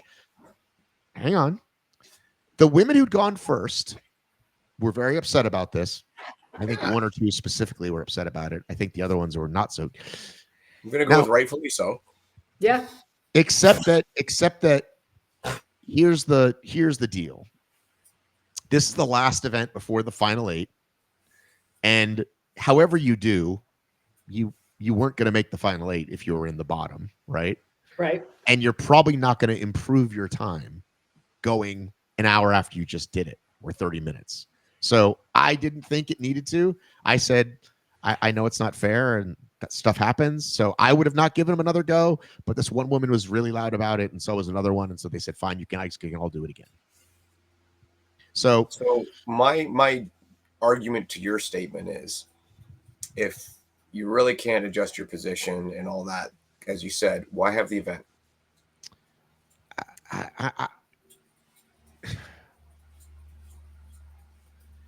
I guess because it's not gonna change enough. Like you're not gonna learn. You're not gonna learn anything different, like about yourself. Like it's not like a weightlifting thing where like we forgot to take the governor off and you had 50 extra pounds or something. I just didn't see the point. No, but let's be honest. I mean, like everybody who went out there, not everybody who went there with the thought of winning, but every place might matter to them. Every performance might matter to them. What if I told you that then their decision was to stand there until the time went off and then just go finish the second half of the workout faster? They just stand by the water. I mean, it is what it is. That's their choice. I just think that when I learned that, I was like, well, what are we even doing? So then? when I hear that argument is like, well, the people who were supposed to get in the final got in the final. I'm like, if we're only concerned about that, why do we have the rest of the people? I hear you. I think you could convince me. And I always kind of get put off by that one. You could convince me of that. My dog is coughing about it. He's so upset. I just thought the people that were there was one woman who was specifically upset, and if she wants to go online and tell her own story, she can. I'm not even saying who it is, but she was very upset about it and was making a whole scene. And it was like, all right, fine, like do it again. But like, and then the result of that was actually, I'm going to game the system and just stand there, let the timer go off, and then do the second half faster. So now we really learn nothing. I think that's why I'm saying all this, is because like I knew that and you didn't, but like it just was kind of I'm still even if she did do that. So one thing she did, she pointed out problem with the event setup. If that became the better move, a lot like when Lindsay at the Spartan Games decided to take the penalty instead of pushing the sled. But right. But so I'm just saying, yeah, everybody deserves the right to the same comp. Except that improving your time still brings you nowhere near the top. It doesn't matter. You're still improving. You're still doing your thing. I think everybody deserves the same comp. All right. Well, you sign up for it. You pay for it. Everybody deserves the same comp. I won't argue with you there. This doesn't seem like it just starts to feel messy. That's all. It just all starts to feel messy. That's all. Well, for sure. And I'm just wondering, if you're going to put on an event, why haven't they run this through with their friends and gym members 3 or 4 times? I think my guess is Matt did it and maybe some people Matt knows who are Navy SEAls and they didn't like. Yeah, like, they need to you get know, me. Like, Matt, jump in the pool. How hard is this for you? yeah, like get your random fitness class and say, this is the workout today. Now, And if you're see all the listening things to this that you show, love. please listen to the end because I have plenty of positive things to say about this event. I want people to. Last year, Matt got very upset when we said the spinning was stupid. So, Matt, if you're listening, please. So far, everything up until this pool one, I thought was fantastic. Right, but and the second part is really cool because again, it's like, when's the last time you were in a fucking swimming suit and putting your shoes back on and now go run and compete? Like, it's a cool new thing. So now you see Anybody in a triathlon. Anybody in a triathlon. Most of us are not triathletes, Dave. Triathletes aren't lifting no fucking barbells. Well, last year I thought their wet Karen was Yeah, that's a cool idea. my favorite thing of the All right. whole year, the All right. entire year. All right, So, so you here's know, they're here's brilliant. the second part of the WOD that I actually forgot to mention, which again you may feel a certain kind of way about. It was sandbag work, not barbell work. The barbells came with the bikes. It was sandbag work. However, when you got to the sandbags, the first thing you had to do was tie a knot to said sandbags. So you needed to learn how to tie one of those knots. That's pretty quick, right? And you couldn't you had to drag the whole thing. You couldn't tie the knot like really far away, right? It had to be like within like 6 inches, right? Okay. So that's a skill, and everyone was practicing it before they started. So What was the knot? whatever Dave probably knows. Dave's a fucking smart guy. Dave, what's the knot you tie that's really quick and easy to start and finish? Bowline. I don't know what are you tying together. It could be anything. Two sandbags. Dozens of different knots. 2 sandbags. I'd have to see. Okay. So that's not fitness. If you're going in the is this fitness category, right? Skill, right? This one's not fitness. It's another skill. Right. But again, I think these military guys, they really get excited about Tactical games kind of stuff again. right. Yeah. Right. So you tie the rope, then you drag the sandbags past this line. Then you do 30 shouldered overheads. These are 60 pounds for the men, 40s for the women. With the sandbags? Yes. Okay. So you drag the sandbags. Now you lift one of them, right? Okay. And this is where this plus the shallow grave is where I saw really good reps, really good judging, and what got me more upset about Deadly Dozen. Because here I see athletes busting their fucking ass, right? Yeah. And you can cheat. You can short them just like you could Deadly Dozen, and they weren't. And if people weren't getting all the way up, the judge would say, hey, I want to see your head all the way through. So that's what made me upset. More upset about Deadly Dozen. I was like, when you're fucking doing the work, you deserve it. And when you do something half-ass it and call it a 44-minute record, I'm sorry, I'm pretty bummed. Okay. I thought I'd get Dave riled up. Dave's not I riled agree. up. And it sounds like it was the same kind of speed, right? So you can't really say, oh, it's too fast to judge. That's what I'm saying. And if it's too fast, then slow the fuck down and do it right. That's all I'm saying. Right. Because, yeah, it's 30 instead of 60, but strong guys can move that pretty quickly. And they were getting there. And if they weren't, the judges were saying so. Now, these are judges who are handpicked by Matt, right? And so maybe you can't get 20 of those in every race, but you can get 5 or 6. You got to be able to watch the elite heat. Come on. So 30 shoulder overheads, drag it again. Now alt shoulder step back lunges with the bag, right? Okay. Drag it again over your head. By the way, I really like that alternating shoulder step back lunge that almost ensures full extension when you stand up. Yeah. Well, they basically were just kind of like swapping it over. If all the weight drags to one side, you just kind of swap it, is what I kind of saw. You have to stand fully up to get it done. Yes. Right? Yes. Yeah. That's what I'm saying. Yeah. Yeah. Drag it one more time, all the way to the end, untie it, and now farmers carry the bags back. And when you make it back over, the whole thing has to be over with the rope. Like, this is one of those things where I saw people just die, and I saw people not die. Right? Yeah. Like, there was a guy who like didn't make it, and like 30 seconds left, and he was trying to make it across the field, and like he didn't make it. But like, you love to see the fucking effort. So the context Matt gave on Friday for the weekend was leave no doubt. And again, great context. It's what I would yell to people all weekend when I would see them lifting or running or sweating. Like, leave no doubt. It's like a great, good one, right? Yeah. And there was a 15-minute time cap on that. So let's see if we can watch some people doing that. So here you are, barefoot in your swimsuit. Well, some people, All these most bags. people put their shoes back on. A couple people didn't. Okay. All right. I can see where you wouldn't have to for a workout like that. So this is Faith, I think, what we're going to be looking at here.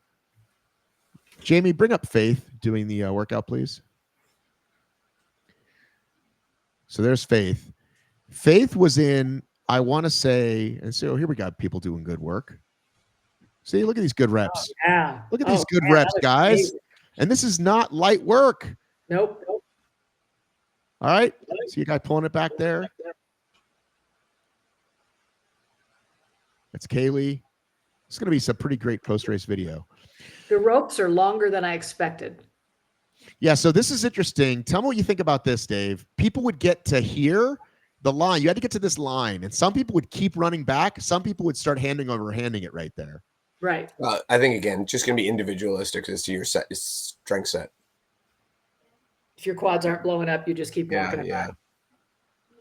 Yeah, depending how blown up your arms are and how blown up your quads are. And It's almost like they could have kept the wave pool, just had everybody swim down to the end, touch it, come back.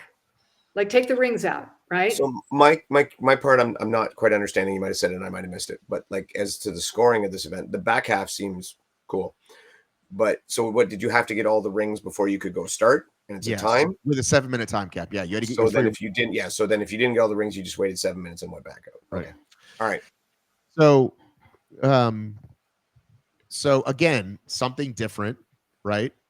And a cool event. I liked it. Again, then with the men, they decided to turn the waves back on. Like, well, let's just, and so that was the part where I thought he's clearly committed to having these waves on, right? So yeah, that's my only complaint, right? And again, I think a race director gets a vision and really wants to keep it. And like, if you've ever put something on, you can see how that goes. Like you see it, but then you've got to adjust on the fly and say it's not going to happen, right? So that's Matt's biggest ding on Matt. I think the problem is a lot of times the biggest, craziest events you want to do in these competitions are also the most difficult ones to vet and test because you need the wave pool, you need this, you need the big setup. So it doesn't get tested as well as everything else.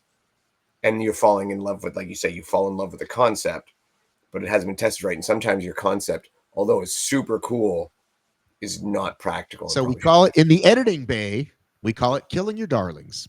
Yeah. Some people say killing your babies. That's too harsh for me. So if you start making content and specifically video, it happens all the time, right? There's really cool stuff that I want to show. And if I'm giving you a 20-minute video, I might have to lose 30 seconds that I fucking love because you just have to. And in really, really fast content, I do it all the time. I'm like, this was going to be a minute reel. Now it's going to be 30 seconds because it's just people are going to flip away if I don't give it to them what I need. So yeah, that's the biggest. So then you get to this top 8 and we do the final event, right? And the final event was called Icarus, which the guy who designed it explained it as getting too close to the sun. And I think what he meant was like, if you burn out too quick, you're not going to make it. Yeah. So it was a bike and bar work. I guess that's how you would say it. Barbells, right? Again, something new. They let them, they let them see the bikes ahead of time and take a quick little test ride with them. It was, I want to say, a 0.8 mile loop. Okay. And so you ride the bikes. Let's get the bikes up here. Hang on, find a little video.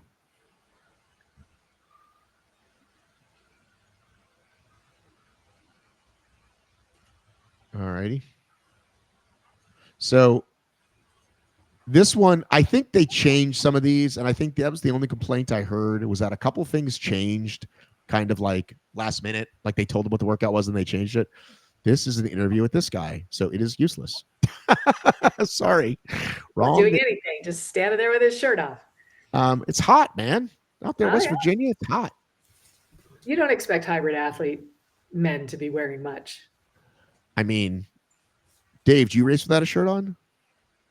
I think 3 times in my life I've done it. Yeah, I'm a shirt on. And that guy. was just so I could, conquer my own fear of racing without a shirt on. Same thing with me. I did a Rugged Maniac once that way, just to do it. I personally feel the shirt actually keeps me cooler, but that's okay. I think that's true, actually. Yeah. Yeah, depending on the shirt. Yeah, when you sweat and then you run, it's wind, it's So the evaporated. last bit was kind of like a little hill thing. And so I think I loved when I saw this, I loved watching them come off these bikes, and you can tell their legs are dead, right? Like this is just they got the ultra shuffle going. Yeah.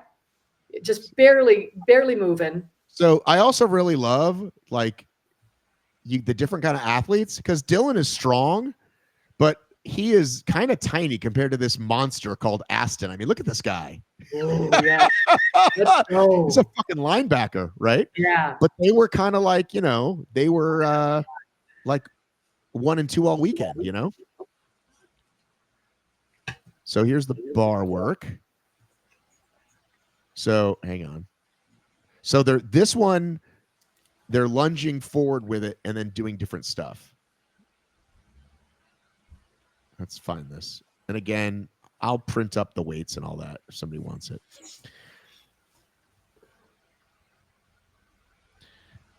So you see you got to lunge with it.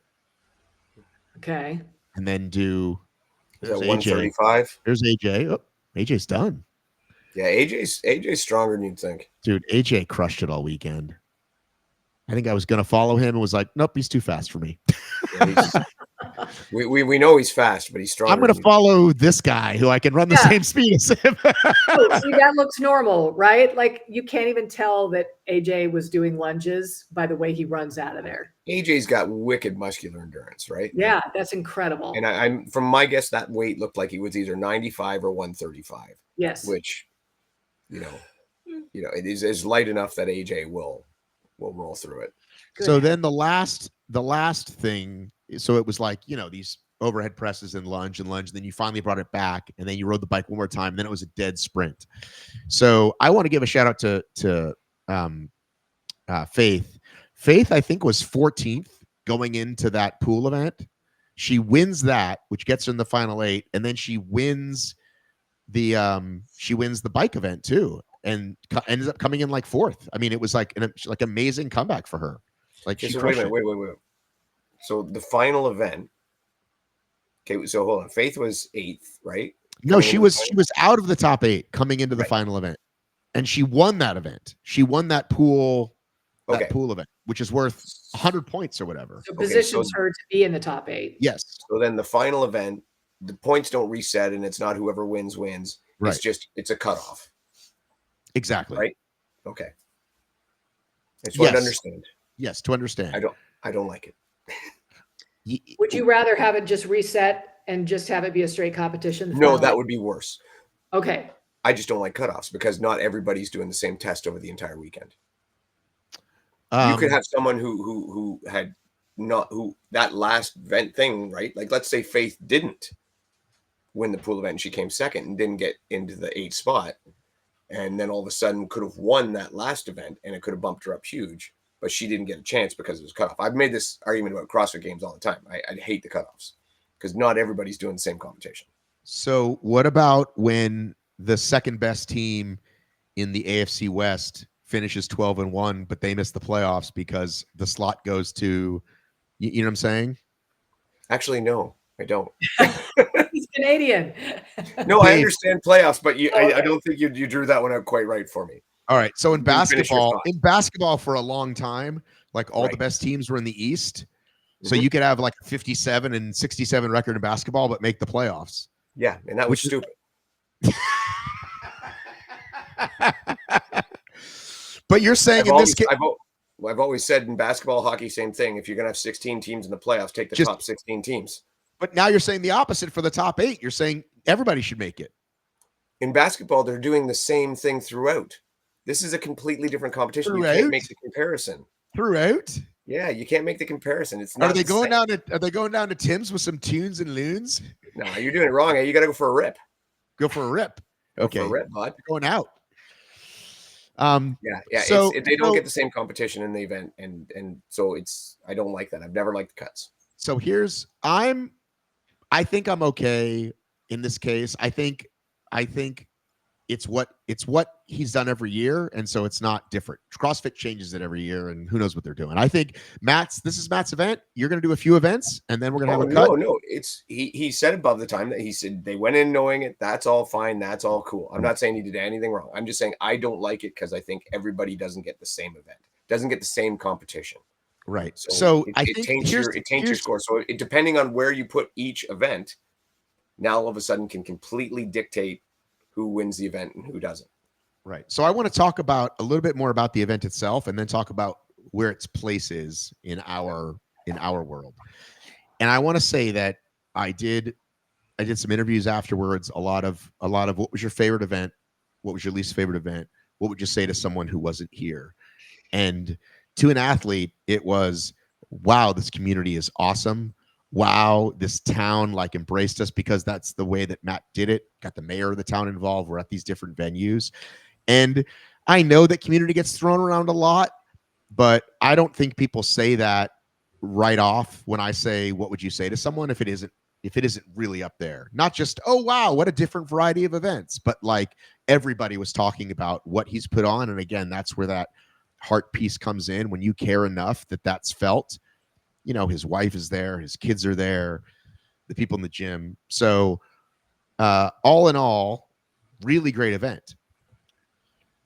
The part about where this is, the part that I want to talk about is, like, would we ever see Meg and Lauren there again? They were first and second 2 years ago, right? And the answer is probably no. And that's not good or bad. It's just what is, because the stakes are so high with Hyrox. Even if Matt gave away $5,000, I don't think it would get them. Correct. It might get some of the 15 to 20s, I think, for 5,000.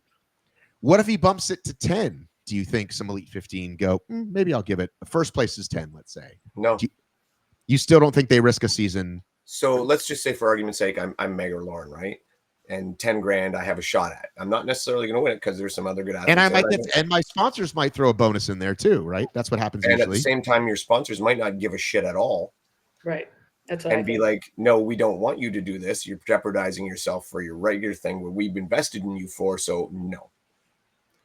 I don't think. I think it would have to be a very substantial amount of money, and it would have to be much more public, where more people would see it. Right. So then now we're in the which came first situation, right? Because when we first started doing our little rankings, which clearly no one cares enough about to keep going, which is fine. Mm-hmm. Again, I loved it. People didn't want to do it. You know what I mean? So we're not doing it anymore. But you know, I was picking Carly, right? Because I'm like, dude, I want Carly in any competition, right? Now, Carly later started competing in these things that we seem to value higher, DEKA and Hyrox, right? So most of the so that was the other piece. Is I said, what do you have coming next? And many of them, the next thing they're doing is Battle Bunker. Yeah, Hyrox wasn't on their agenda. No, not that they're never doing Hyrox, but I feel like that's sort of the level that the water is finding, right? Like you either want to be really good at like these kind of comps. You know, Dylan Maragula isn't probably going to do Hyrox, but some of these people had done Thieves and Beggars or other CrossFit comps, and I think that's where they want to live, and that's kind of where the sport is. And I think early on, when Hyrox didn't have the juice it had, we were really looking at these, you know, these Battle Bunkers and these rallies. I mean, Rich and Kent both did Battle Bunker the first year, didn't they? Or at least the prelims. They didn't end up going to the finals. But yeah, same with Meg. I think she did as well. Right. So it's just this different thing now. And it would be really cool. Wouldn't it be really cool if through Austin, because Austin does have like some pretty big YouTube numbers and big sponsors, got Powerlift or whoever, a sneaker company, to put some money in eyeballs? I mean, I'm not saying it's going to be as big as Rogue, but wouldn't it be cool if it did become part of our sport and we could follow it more that way? Even if it wasn't always the top names, we had some Elite 15ers. I would have loved to see Rich Ryan this weekend. You know what I mean? I would love to see Megan Lauren this weekend. Yeah, I mean, I'm down. I think it would be great to see those people do it, but I just don't see a world where that happens. I just don't see it all ironing out that way. I think that these competitions, I think they have a place. I think some people absolutely love them, but I just think they're a little too niche to get that kind of publicity that it would take to get to a situation like you're talking about, where you'd And they're see one-off events. But I feel like I feel like there's a window that somebody could grab, because we've been talking about how the third company that's not DEKA Hyrox is just all the other sims, right? We've been talking about that. Right. And every fucking day now, it used to be every week. Now it's every day, new sim, new sim. Is that Yep. couldn't somebody rise and start to do that again without some massive national backing, but kind of a homegrown, and then it becomes, I don't know, I can't think of a good equivalent, but like could Snapple. I don't know. Didn't Wadapalooza start out as small? I don't know. I'm just trying to think of something that like it could happen. There could be, maybe it's rally, maybe it's something else, but sponsors and the right people and the right athletes get behind it, and it could be like, oh yeah, that's on the calendar for a lot of these guys. The timing worked out where it was like after Worlds. You throw enough money at anything and it's got a shot. Right. That's kind of what I'm saying. Right. But I also kind of feel like these are in some ways entirely different events than what we're talking about with DEKA and Hyrox. Because DEKA and Hyrox, it is replicable. It's always the same thing. You know, we can get, you know, it's not necessarily the exact same course, but it's the same thing. And so you've got these people who are specialists who can race the same thing over and over and over again and be absolutely guaranteed that they're going to do pretty well. There's no wave pool involved in a Hyrox, Let's right? throw Like out the this, wave pool. Come on, let's okay, throw so that you know what I piece mean? out. Like this, Just a multiple modalities.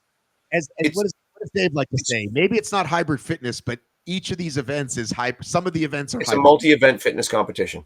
Yeah. which I think is entirely different than sort of these brands that kind of have a look and a consistent dosage through seasons. But There's world I really championships. like that like AJ like beat Bubbles in every event. You know what I mean?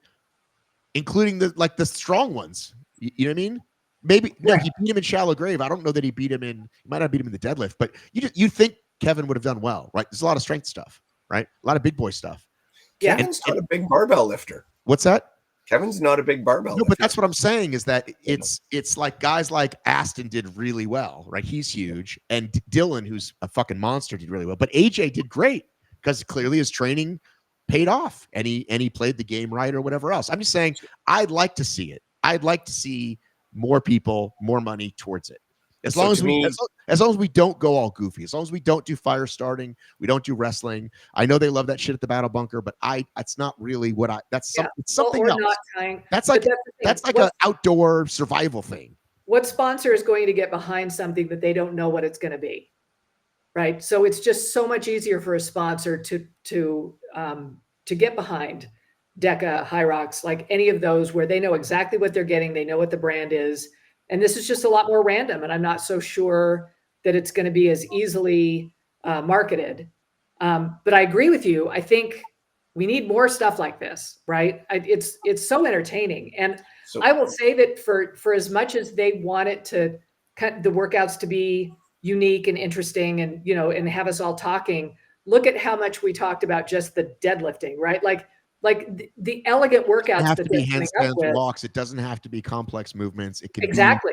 it can be pretty straightforward. It doesn't even have to have, you know, I think like a lot of these competitions, like even Thieves and Beggars, I think probably has more CrossFitty stuff. But yeah, it can be pretty. Yeah, a 4-hour 5K challenge, like that's brilliant, right? Like they know what they're doing. And I think it seems to me like over the years, maybe these guys are going to settle into something that's going to be easier for sponsors to get behind. So here's my thing, and I'm thinking about this from a sponsor's perspective. Okay, I'm looking at this event. It's a great event, right? I love it. I enjoy it. I enjoy watching it. It's fantastic. Okay, I'm a sponsor. I want to put money into it, but I obviously want a return, right? Otherwise, why the hell am I doing this? is it like a mass participation event? Right. So how many I'm people not we got going here? 40? Right. Mm-hmm. 50. 40 people going? Right. Okay. So I'm not going to make any money there because I'm not going to be selling a ton of merchandise or anything. All right. Is it good to be streamed and a lot of people want to watch it? No. So I'm not going to make any money there either. So as a sponsor, why the fuck would I do it? Because I care and I want it. I see where the puck is going. Where's it going? Said your friend Wayne Gretzky. Great. Well, where's it going? Well, it's going to be a globally respected, or at least North American respected event, because I'm going to keep getting better and better athletes, and the events are going to keep getting better and better. And I promise you they're coming. That's my pitch. $1 Million Mile. Yeah. Spartan. That's a game team show.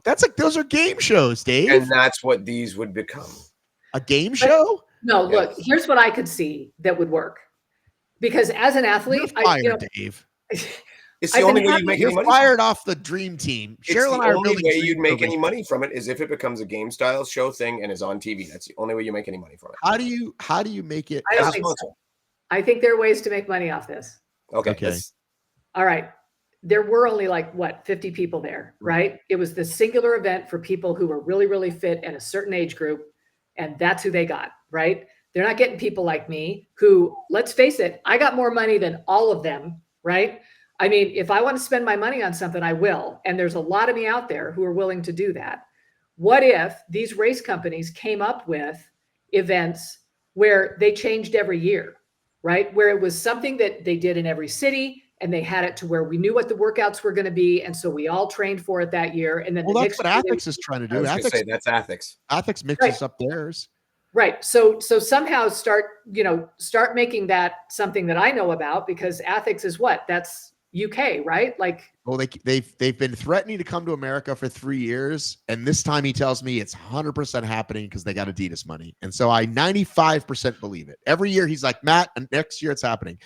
Adidas went all in because they're like, fuck you, Puma, you stole Hyrox, so we need something. I'm not kidding. So Adidas and Nike both, I think, wanted ethics, and Adidas won, and Adidas is now going, how do we make our money back? We need to get this thing in a few more countries. So we'll see if ethics catches on. I think it might be too strong. It might be a little too heavy. But if they changed it every year, where they made it more accessible to certain, different specialties and that sort of thing, because here's what I think is happening in DECA and Hyrox.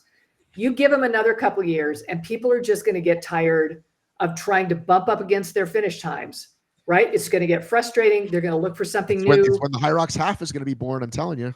Well, right. They're going to need to come up with something, or somebody else is going to need to come up with it. And I would love to train for something new. Give me something new to train for, right?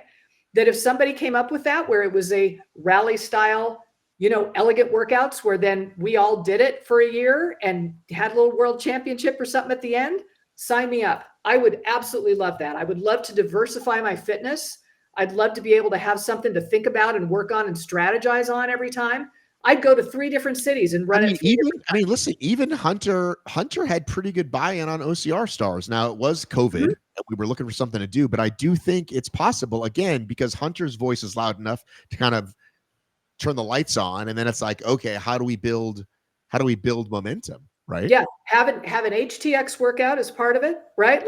We're coming up with something different that we can all kind of buy in on and work on. And I think Rally's got the right idea. It's just making it so that there's more than one event, and it may be scaled according to age group or, something like that. Right. This is the first time I've heard you cry like ageism. I think I'm trying to think who the oldest person there was. I guess it was me. I don't know. I feel like I'm trying to think if there was any. I don't think it's limited to that though. I just think like there are people our age that do these things. Look, I know it's not limited, but how am I going to do in that deadlift competition? You know what I mean? Like, I think we want to feel Dave's like in his 50s. Dave would do it. I would do it, but I would not excel at that. Even I would not excel at the deadlift. Like, I mean, I would do, but you would have fun. I did okay for an old guy. Right. But that's what you're doing it for. Right. Yeah. But what you guys are describing and the people who can make this happen is CrossFit. Well, Wouldn't that be interesting if they came up with a hybrid competition? It does. It's That not a would be hybrid amazing. competition. You guys are what you described, Cheryl, is a local CrossFit comp. Riley and I are doing one in October. But if you had the same competition That's in right. multiple And cities over a year, they are the company that has the cultist following. they've That never has the done it. backing. It's that when fucking Castro made that video and it's like, oh, we totally could do that. It's like, okay, then And- do it. What are you waiting on? Where's Yeah. your What I'm mass saying is- participation event? Those are the people who can do it. all They right, already guys, have everything lined. But take my they probably money. won't. Take my money. Yeah, I want exactly. And that's somebody the to thing. do that. Yeah. And that's why I'm doing a bunch of different RX1. We do it all the time. Cheryl, you'd love it. It's a little more CrossFit-y, but the different levels take away a lot of that stuff. And that's Listen, like I think we CrossFit, should get you can Cheryl have to we need to get Cheryl to the age group games. You need to Cheryl invest in some knee pads. These guys like a lot of knee and arm pads. Okay.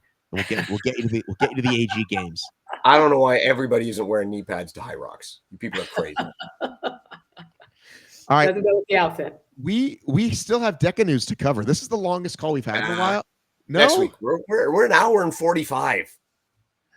an hour and a half is our usual show, isn't it? An hour and a half is our usual show, and if it goes to 2 hours, Matt usually splits it, and so I think we have a chance here. I think we have to talk before DEKA, don't you think? If you want me to split it, I'll split it up. All right. I don't think there's a lot to talk about with DEKA. I think we can get it done in a few minutes. All right, listen, I'll split up into 2 parts if it makes people happy. No. I will hit you with the most important thing to take away from this weekend. Okay. The entire Walkington family, including Cole, are absolute monsters. Okay. They're like the coolest people. And like Cole is Cole the old one or the young one? Cole's the young one. Okay, who's the old one? There's Cole, there's John, I don't know, Matthew, Mark, Luke, Paul. I don't know. There's a lot of them. John would show up and do Rally in the Valley. Yeah. Anyway, they are awesome. And what I'm saying though, Cole won the weekend in the men, and he was absolutely seeing him up close again. He's better than he was last year. He's getting better and better and better. Fun. That's going to be great. I'm starting to get excited for Worlds. His his weakness was always kind of the ergs and the bike because of his size, and he's improved those a lot. Oh, nice. Yeah. How cool. Yeah. So he was good. All and right. again, Brooklyn from the women's side, Brooklyn was amazing. Okay, but we have to talk about the relay. Yes, you want to talk about the relay, the test, the relay that wasn't supposed to be. This was the test. Okay, so Dave, lay it on us. All right. So all of us, when we talked about it before, we and Cheryl and I think it was you and I when we did our episode, just us, Cheryl, when we talked about it a lot, wasn't it? Yes, I think so. And we were kind of apprehensive about the layout and the way it was set up. Yes. With I will tell you this, it was fucking fun as hell. Yeah. We had a blast. Now, part of it might have been the good-natured competition between the 3 teams that we had set up. Like we literally were having trash talking during the row and everything. Like it was a ride. It was a lot of fun, but it was an absolute lung burner. Like I thought it would feel just like teams, like the 2-person teams. I actually figured it would feel it does not. It hurts more. So what makes it hurt more, given that you've got more people to do the work, and you're also running with somebody? Yeah, you're sprinting even harder. Everything you're doing at your absolute fastest, because you're like I'm on the ski erg and I'm like, I know I only have to be on this for 20 seconds and I'm probably going to get a full minute rest. So there is no holding back. Right. Okay. And you're probably lying down in a heap afterwards, as you should 100%. You can see me in the burpees. We came in for the burpees there. I lied down as soon as we came in on that last run. Then I think I was the 3rd guy to go. And I did 10 burpees at an absolute breakneck pace and then fell down and lied down again. So you're doing it properly. That's what I'm saying. But yeah, it was, everybody who did it had a blast. Now it was super good that we did this because there's some logistical shit to get fixed. Is it crowded in the station? That's one of the things. Yeah, it is a little crowded. So that's the reason for the test, is to see how many teams you can put through at a time. Okay. How it's going to interact with judging. And it was not easy to organize. Like I was racing, so I didn't do it, but I was paying attention. And I talked to Tyler, the race director, after, and he's like, he goes, this is going to be difficult, like to get everybody sorted and to do the judging properly and make sure all the tags are done. So it is definitely going to present some challenges. But my concern going in was it worth it, and was it entertaining, and was it fun? And it absolutely was. Well, that's good news. Yeah, it was absolutely a blast. And Yeah, dude. The first run with all of us running together, and I mean, in your first lap, right, you're only running as fast as your slowest person, Right. and so everybody was in a giant bunch, So it just made it kind of interesting and fun. It was a good time. It was really a good time. It was better than I expected, Okay. but I So do you- think it needs to be handled properly, and there are definitely a lot of logistical shit that. So how are they gonna? So what's the plan to do that? Well, that's it. Like, I mean, we're working on it, right? So they got to get the spacing put out in the zones. It'll probably have to be spacing. It'll have to be. Will the course have to be completely clear? Will they have to have a certain amount of people on? How much timing will it take? How many teams can you send out at once? So Mhm. I mean, that stuff all has to get worked. And we all just got back today, so I mean, the discussions haven't happened yet, right? But that was the Decisions kind of made by discussions Friday. the discussions have started, but the decisions haven't quite happened yet. Okay. And you got till Friday afternoon. Pretty much. Yeah. Yeah. So I mean, it's as for you, Cheryl, and anybody else who wants to try it, you'll have a good time. So I thought I was going to be on a relay team, and I am now. I don't think that's going to happen. Like, it's really hard to get 4 people. Like, somebody's injured or whatever, and so it's But just on kind the of. day, you could probably find 4 Who people. do you got? It was somebody Dustin Needham had connected me to, and so I don't really know these girls, and it's fine because what I've decided is if I'm not running the relay, I'm definitely getting footage of it, right? So, Well, so I'll be there to see how that goes. I got no race set, so if you need anybody, All right, yeah, Okay. you two can find 2. Whoever's listening to the show and wants to race with we literally 2 set this test up with greatest just athletes. we had on- 2 staff teams and a pure impact team. Yeah, exactly. So it won't be hard to do. At the end of the day, everyone's game. Well, as it is, I've got a singles ticket that I'll do if I don't have a relay. Either way, I will be, but I definitely want to see how this goes. So What really, was very entertaining to see was Yancey beforehand when we talked to him about doing it, go from I don't know, I'm kind of a little, this and that, do a test run, and 10 minutes later go, we go, and then get in full competition mode, all ready to go. He was absolutely jacked up.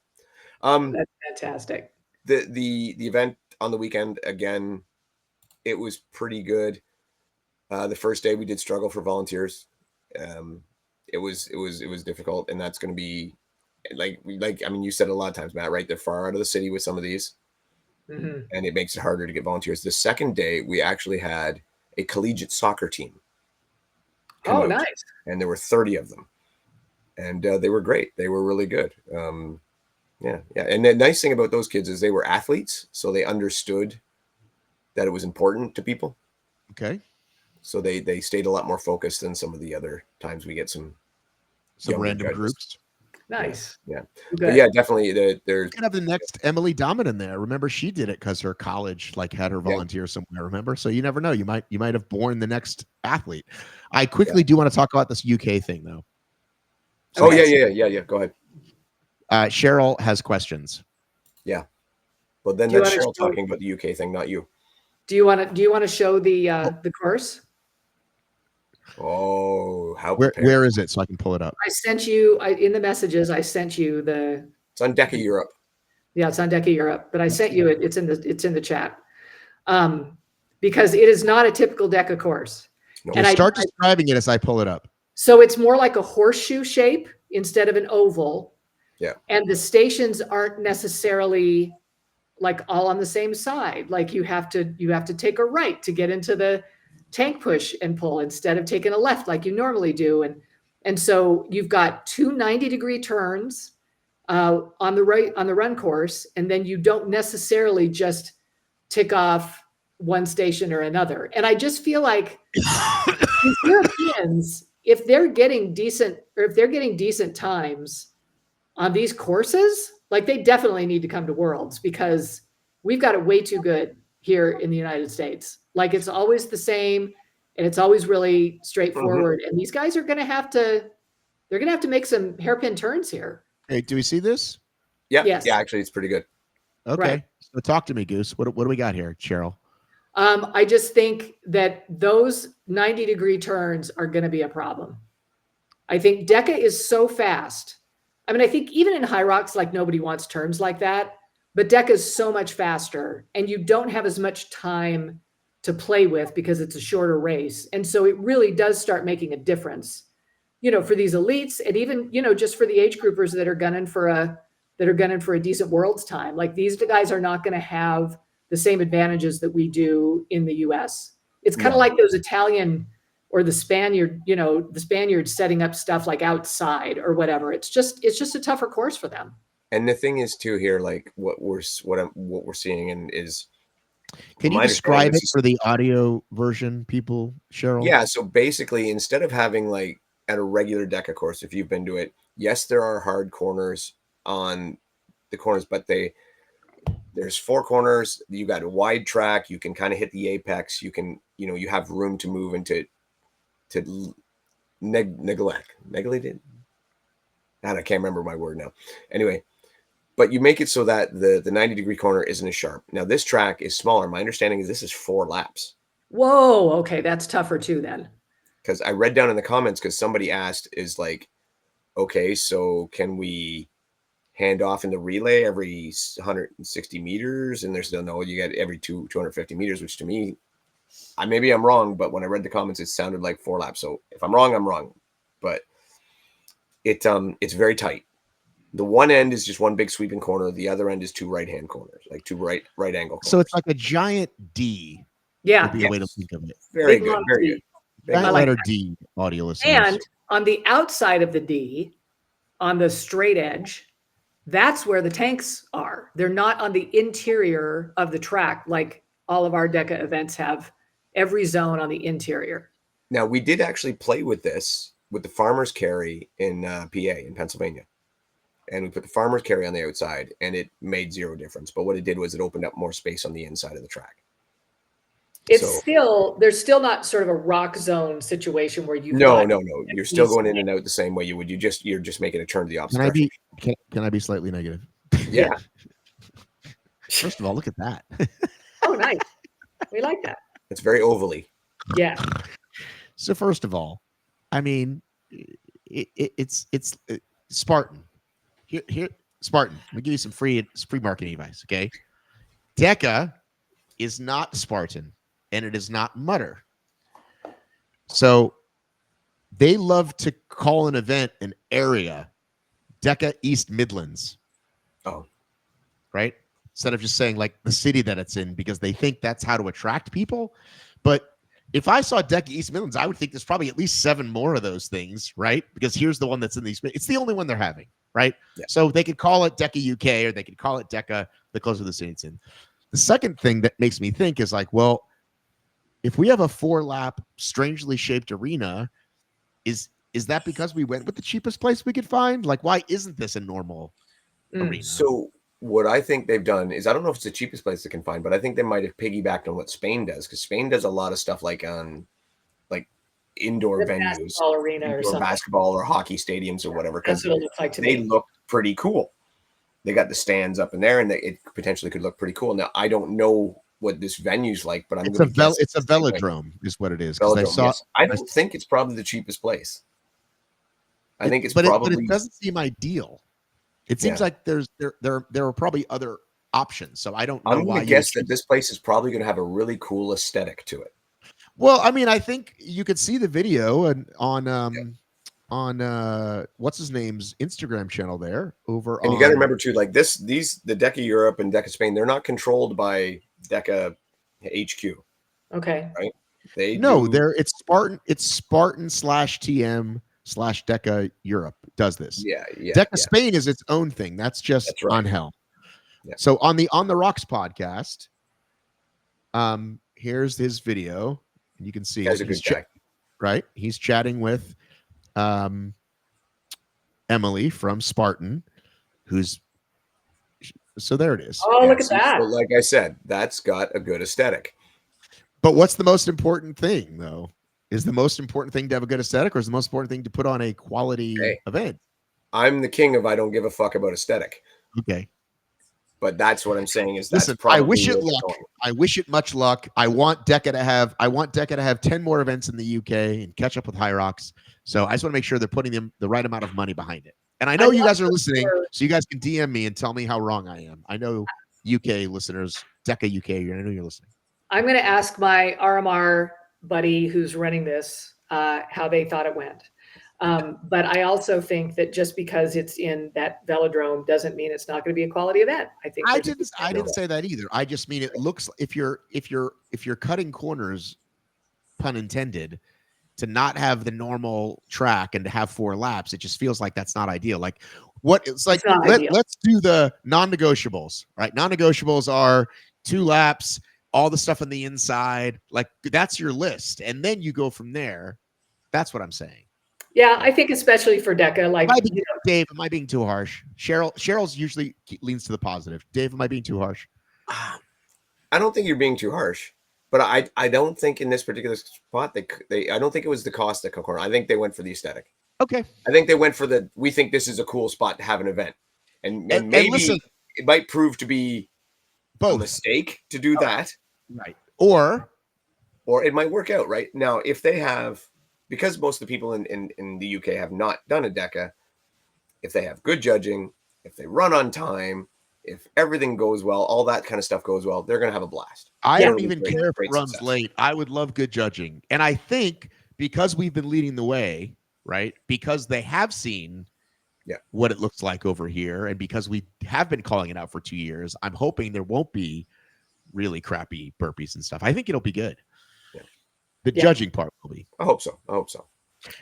And if not, I'm available to be flown over and paid a lot of money. I was gonna say I would have invested in at least you or Yancey, and I think they didn't either, right? I know they brought Yancey over for a strong or a gym event. I would have brought him over for this. Yeah. What's up, buddy? I'm gonna want to see the finish times. Yeah, I would be surprised if they're high level, and if they are, I would be interested to. I hope they get some good video. I would love to see a stream of something. Is anybody who's listening to this going that's done one in America? It could be an English person that's visiting. Mm-hmm. It'd be good to get some perspective. If anybody wants to reach out, we would love that. Right. And I really do wish DEKA the best. That was my first kind of negative thoughts. But listen, we're over 2 hours, which we haven't done in a long time. But I think it's because we covered a lot of good stuff. Let's hope so. I agree. Yeah. All right. Have a great week, everybody. Happy 1st of September. Yay. Labor Day. Fall weather is upon us. See you later. Bye. Take care.